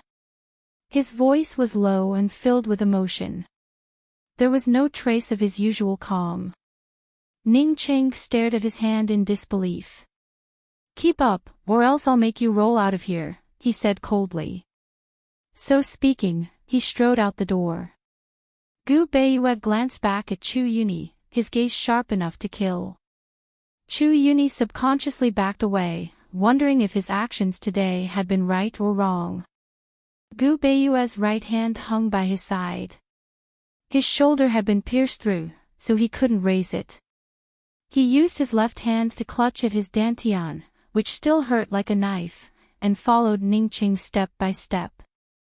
The most urgent thing for him now was to lie down and rest and avoid strenuous exercise. However, he stubbornly continued to walk faster and faster. He quickly caught up with Ning Cheng and even surpassed Ning Cheng. He didn't want to be crippled, and he wasn't crippled yet. His life was still here, the Shadow Clan's mission was still here, and Gu Beiyue's promise was still here. Ning Cheng smiled contemptuously as he looked at the frail figure who had overtaken him. He despised the bones of this kind of weak scholar the most. This kind of bones were not hard, they were just cheap. Was he trying to show off? How long could he show off? Was walking a few steps already considered an expert? What a joke. If it wasn't for the fact that it could threaten Han Yunshi, Ning Cheng wouldn't waste his time on such a useless thing. Someone come, take him back and guard him strictly. Without this general's orders, no one is allowed to come near. Ning Qing ordered coldly. A retainer immediately appeared. Just as Gu Beiyue was about to turn to speak with Ning Qing, the retainer viciously struck Gu Beiyue's neck with his palm. Gu Beiyue couldn't hold on any longer and fainted. Ning Qing took Gu Beiyue away, but it was unclear whether he'd give Gu Beiyue a chance to talk to him. As Chu Yuni saw it, Ning Cheng's temper wouldn't allow him to waste words with Gu Beiyue. Even if the two of them did talk, they wouldn't reveal their identities due to their own misgivings. After watching Ning Qing leave, Chu Yuni exhaled a long breath. All he needed to do now was wait for Ning Cheng's cavalry to arrive and join forces with the Chu clan troops to attack the Western Zhou army. Once Emperor Tianhui breathed his last breath, which aunt would help the crown prince seize the throne. Without the Ning clan's interference and Chu Tiannin's preparations in Western Liang, which aunt would only need a single night to help the crown prince take the throne. We have to live in Western Liang before the new year, he said to General Chu. Before General Chu could reply, a soldier rushed over. To reply the general, Western Zhou has sent an envoy. He's right by the city gates and says he has important matters to discuss. Chu Yuni and General Chu exchanged glances. The two armies had been at loggerheads for a long time. What was Western Zhou sending an envoy to talk about now? It was impossible for them to make peace. Could it be something to do with Empress Shui? Very soon, General Chu met with the envoy while Chu Yuni sat on one side to listen. Seeing that the room was full of servants, the Western Zhou envoy signaled General Chu with his eyes, and General Chu dismissed everyone. If you have something to say, you can say it now, General Chu said bluntly. He didn't even let the envoy sit. Cloud Realm Continent's customs dictated that envoys should be treated with courtesy instead of killing them. The Western Zhou envoy already despised the Chu clan rebels, but General Chu's lack of manners only added to his disdain. Loftily, he replied, General Chu, this envoy came today to pass on 2 words from His Majesty. First, if General Chu surrenders, His Majesty will treat you leniently on account of your years of hard work defending the borders. Before the Western Zhou envoy could finish his sentence, General Chu interrupted coldly, go back and tell Emperor Kongqing that his words are nonsense. Furious, the envoy added, second, His Majesty said that if the Chu clan doesn't want to expose the driving arrow arts, release Empress Shui immediately.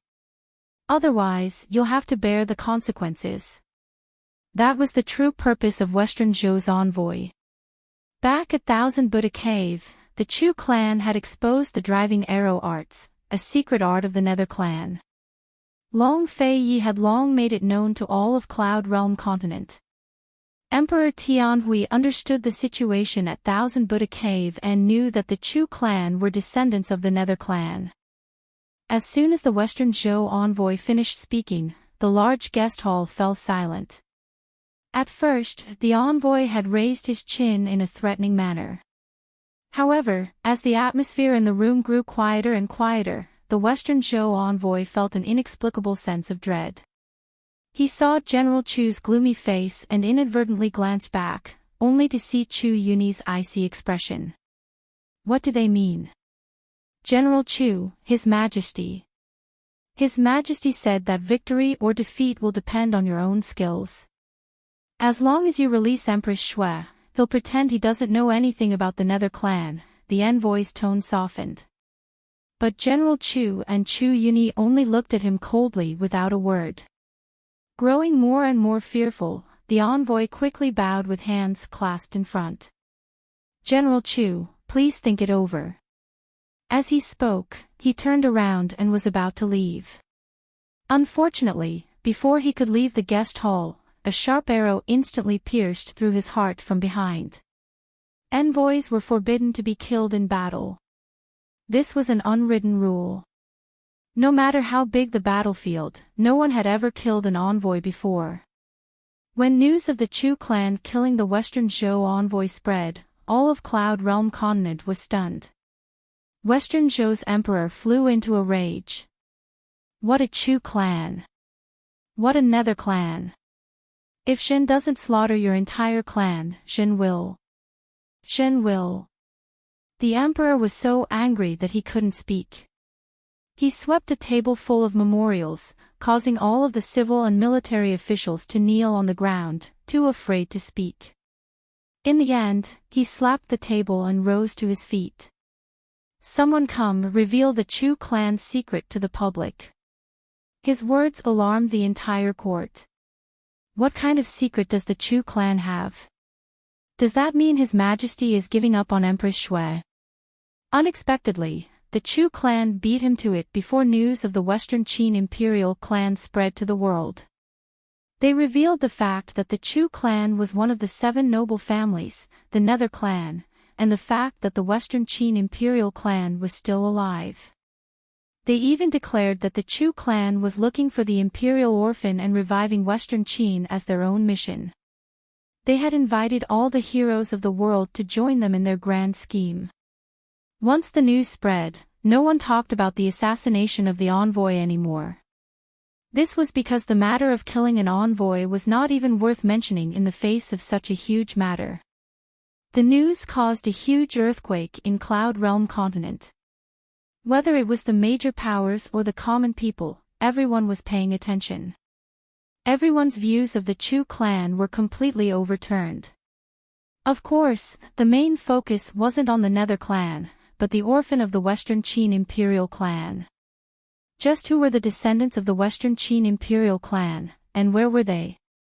It had to be said that the Chu clan's actions had dealt a fatal blow to Emperor Kongqing. He had a hold on the enemy's secret, but it was now useless.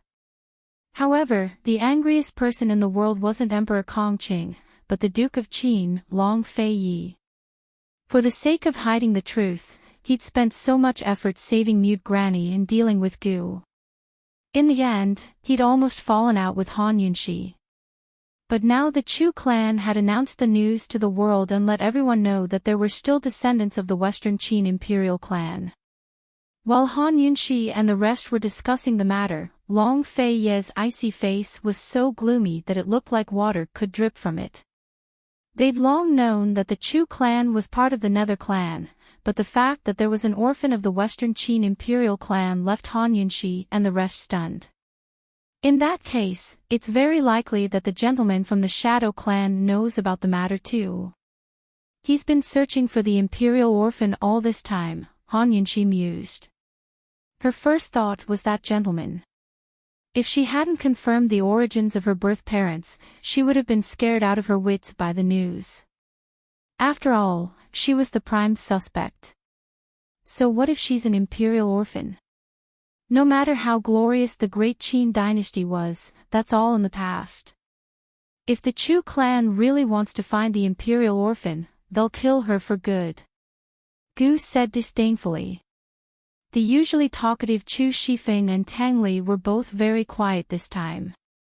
Occasionally, they would shoot glances at the Duke of Qin, whose ghastly expression only made them more flustered. They were well aware of Mute Granny's death and the Duke of Qin's suspicions about Han Yunxi's origins. But they had no idea what Mute Granny had said to the Duke of Qin before she died. Now that the Nether clan's Chu clan had exposed the truth, they had no choice but to reconsider Han Yunxi's origins. If this woman really was the orphan of Western Qin's imperial clan, then wouldn't the Duke of Qin, thinking up to here, Tang Li's heart pounded in his chest. He didn't dare to look at the Duke of Qin again, while Chu Shifeng was even more nervous. He simply lowered his head, afraid that he'd reveal any clues to the crowd. Imperial clan or not, the Chu clan has staked everything on this one throw, Han Yunxi said seriously. When Long Feiyi didn't speak, she tilted her head and asked, Long Feiyi, what do you think? Long Feiyi didn't answer her, but rose to his feet and said coldly to Chu Shifeng, pass down orders. Tomorrow at noon, we'll set out. He said the word set out very softly, as if he didn't care at all. But everyone present was stunned, because this was a military order. This meant that Cloud Realm continent's biggest war since the fall of the Great Qin dynasty was about to begin. Long Fei walked out as soon as he finished speaking. Han Yunxi quickly chased after him. This guy, something's not right. What's wrong?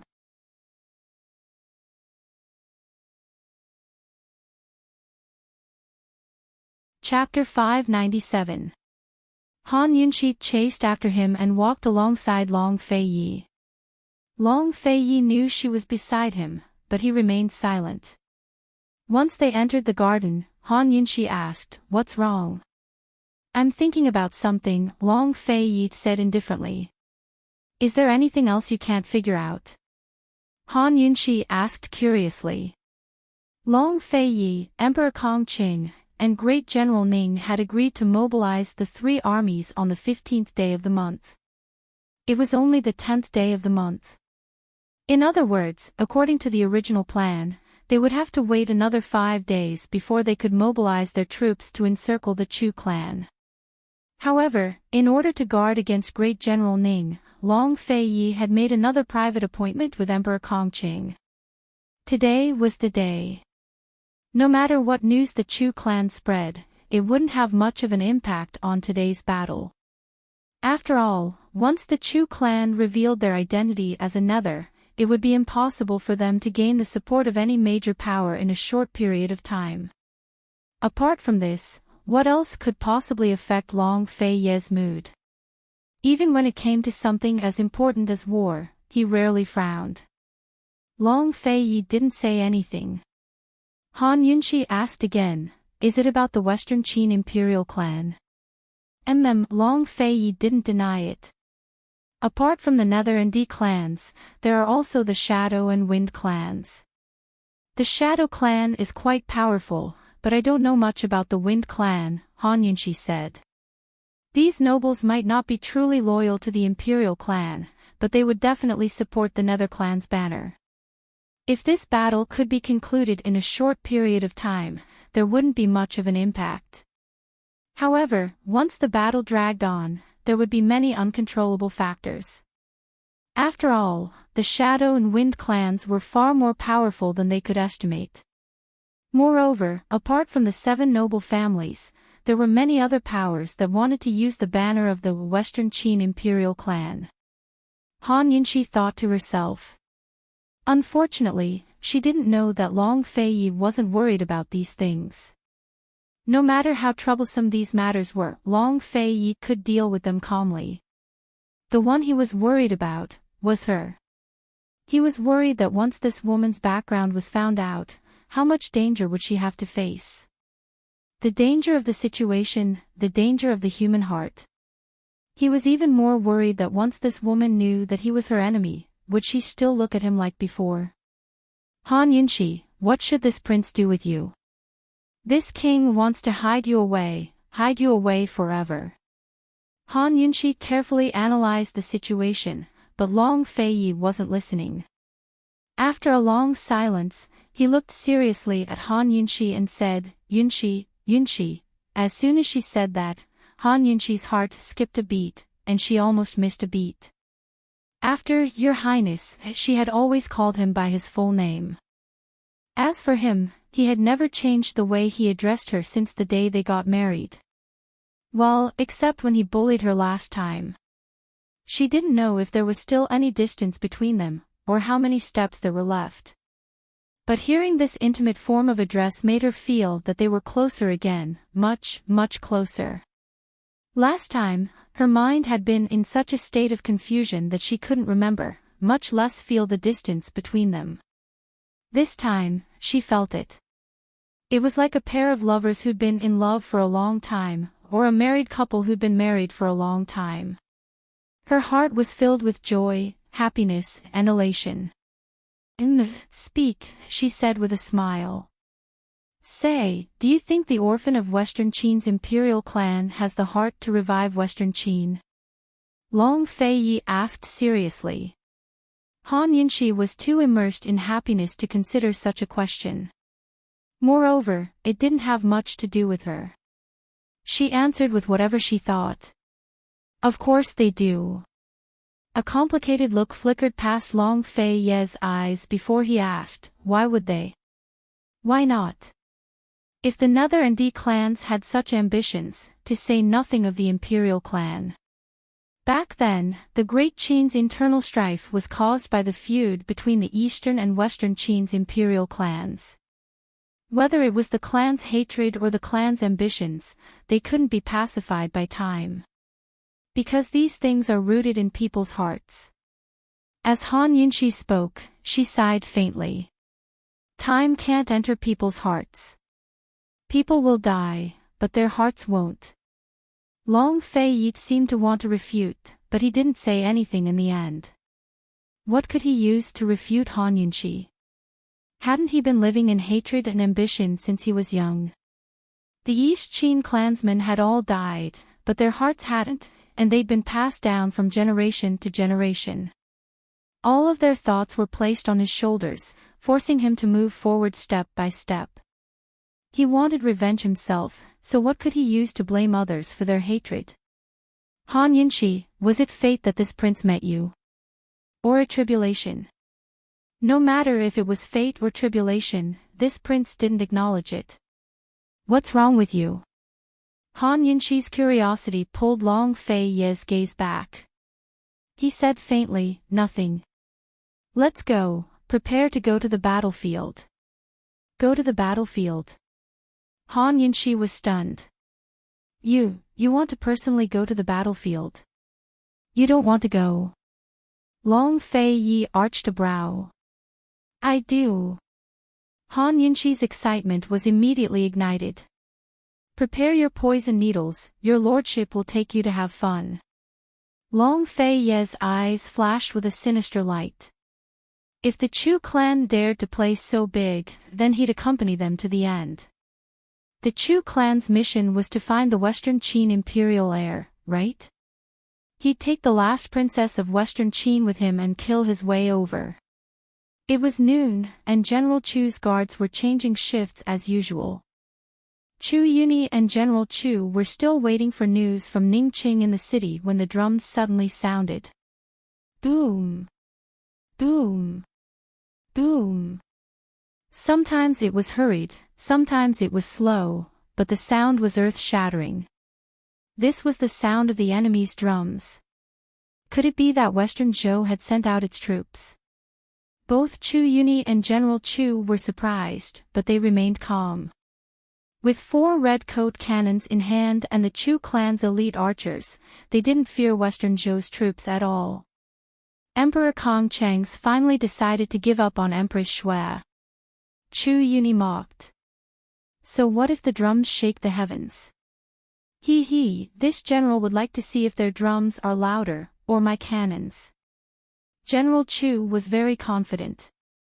They were only waiting for Ning Cheng's cavalry to arrive to guard against the Duke of Qin's troops heading north. If it was just Western Zhou's troops, they would have won long ago. Before the red coat cannons arrived, they were evenly matched with Western Zhou. Now that they had the help of the red coat cannons and the advantage of defending the city, defeating Western Zhou's troops was a piece of cake. Big brother, let's go. Come with me to the city gates to watch the battle. General Chu was very bold as he strode out the door. But they'd hardly reached the gates when a soldier came forward to report. General! General! Things are bad. The soldier's face was pale as he gasped for breath. As soon as he reached General Chu, he fell to his knees. What's bad? Why are you making such a fuss over nothing? General Chu asked unhappily. The soldier only trembled. Tianning. Tianning's Duke of Qin, pro. He couldn't finish his sentence, so General Chu grew anxious at the mention of Duke of Qin. He grabbed the soldier by the collar and demanded, why did the Duke of Qin come? Hurry and speak. The Duke of Qin is personally leading the expedition. He's leading the expedition himself. The soldier shouted. General Chu's grip went limp, and the soldier fell to the ground. leading the expedition himself. Long Fei Yi is leading the expedition himself? Chu Yuni muttered to himself in surprise. How could that be? It wasn't time for the three armies to join forces yet. Ning Cheng said he'd come early, but Ning Cheng's cavalry troops hadn't arrived yet. Long Fei Yi was leading the expedition himself. What did he have to lead the expedition himself? Could it be that his soldiers had arrived earlier than Ning Cheng? Could it be that Ning Cheng wasn't able to fool Long Fei Yi, but had been fooled by Long Fei Yi instead? General Chu rushed to the top of the city walls, only to see a group of aggressive cavalry approaching. There were about 5,000 of them, all of them dressed in black. They were still some distance away, so General Chu couldn't see Long Fei Yi in person. All he could see was the 100 to 200 men in front of the cavalry, all of them riding red-haired steeds. The sight of the hundreds of horses galloping together was as striking as a raging inferno. He couldn't see their leader, but he could see the flag fluttering in the wind. It was a flag with white characters on a black background. It represented Tianning's troops, and a large Qin character was emblazoned on its surface. The character fluttered in the wind as if it had a life of its own, brimming with the strength of iron and blood. At this instant, General Chu even had the misconception that this group of ferocious elite soldiers before him was the army of the East Qin Empire of the former Grand Qin Empire. After all, the former Great Qin Empire's East Qin Imperial Clan's flag had white characters on a black background, while the Western Qin Imperial Clan's flag had black characters on a white background. Both sides had the same Qin character on their flags. Qin was an extremely revered character in Cloud Realm continent. When Tianning's late emperor bestowed the title Qin on Long Fei Yi, it had caused all sorts of criticism in Cloud Realm continent, but the late emperor still insisted on using the character. As for the reason behind it, most people believe that it was because the late emperor had high hopes for the Duke of Qin.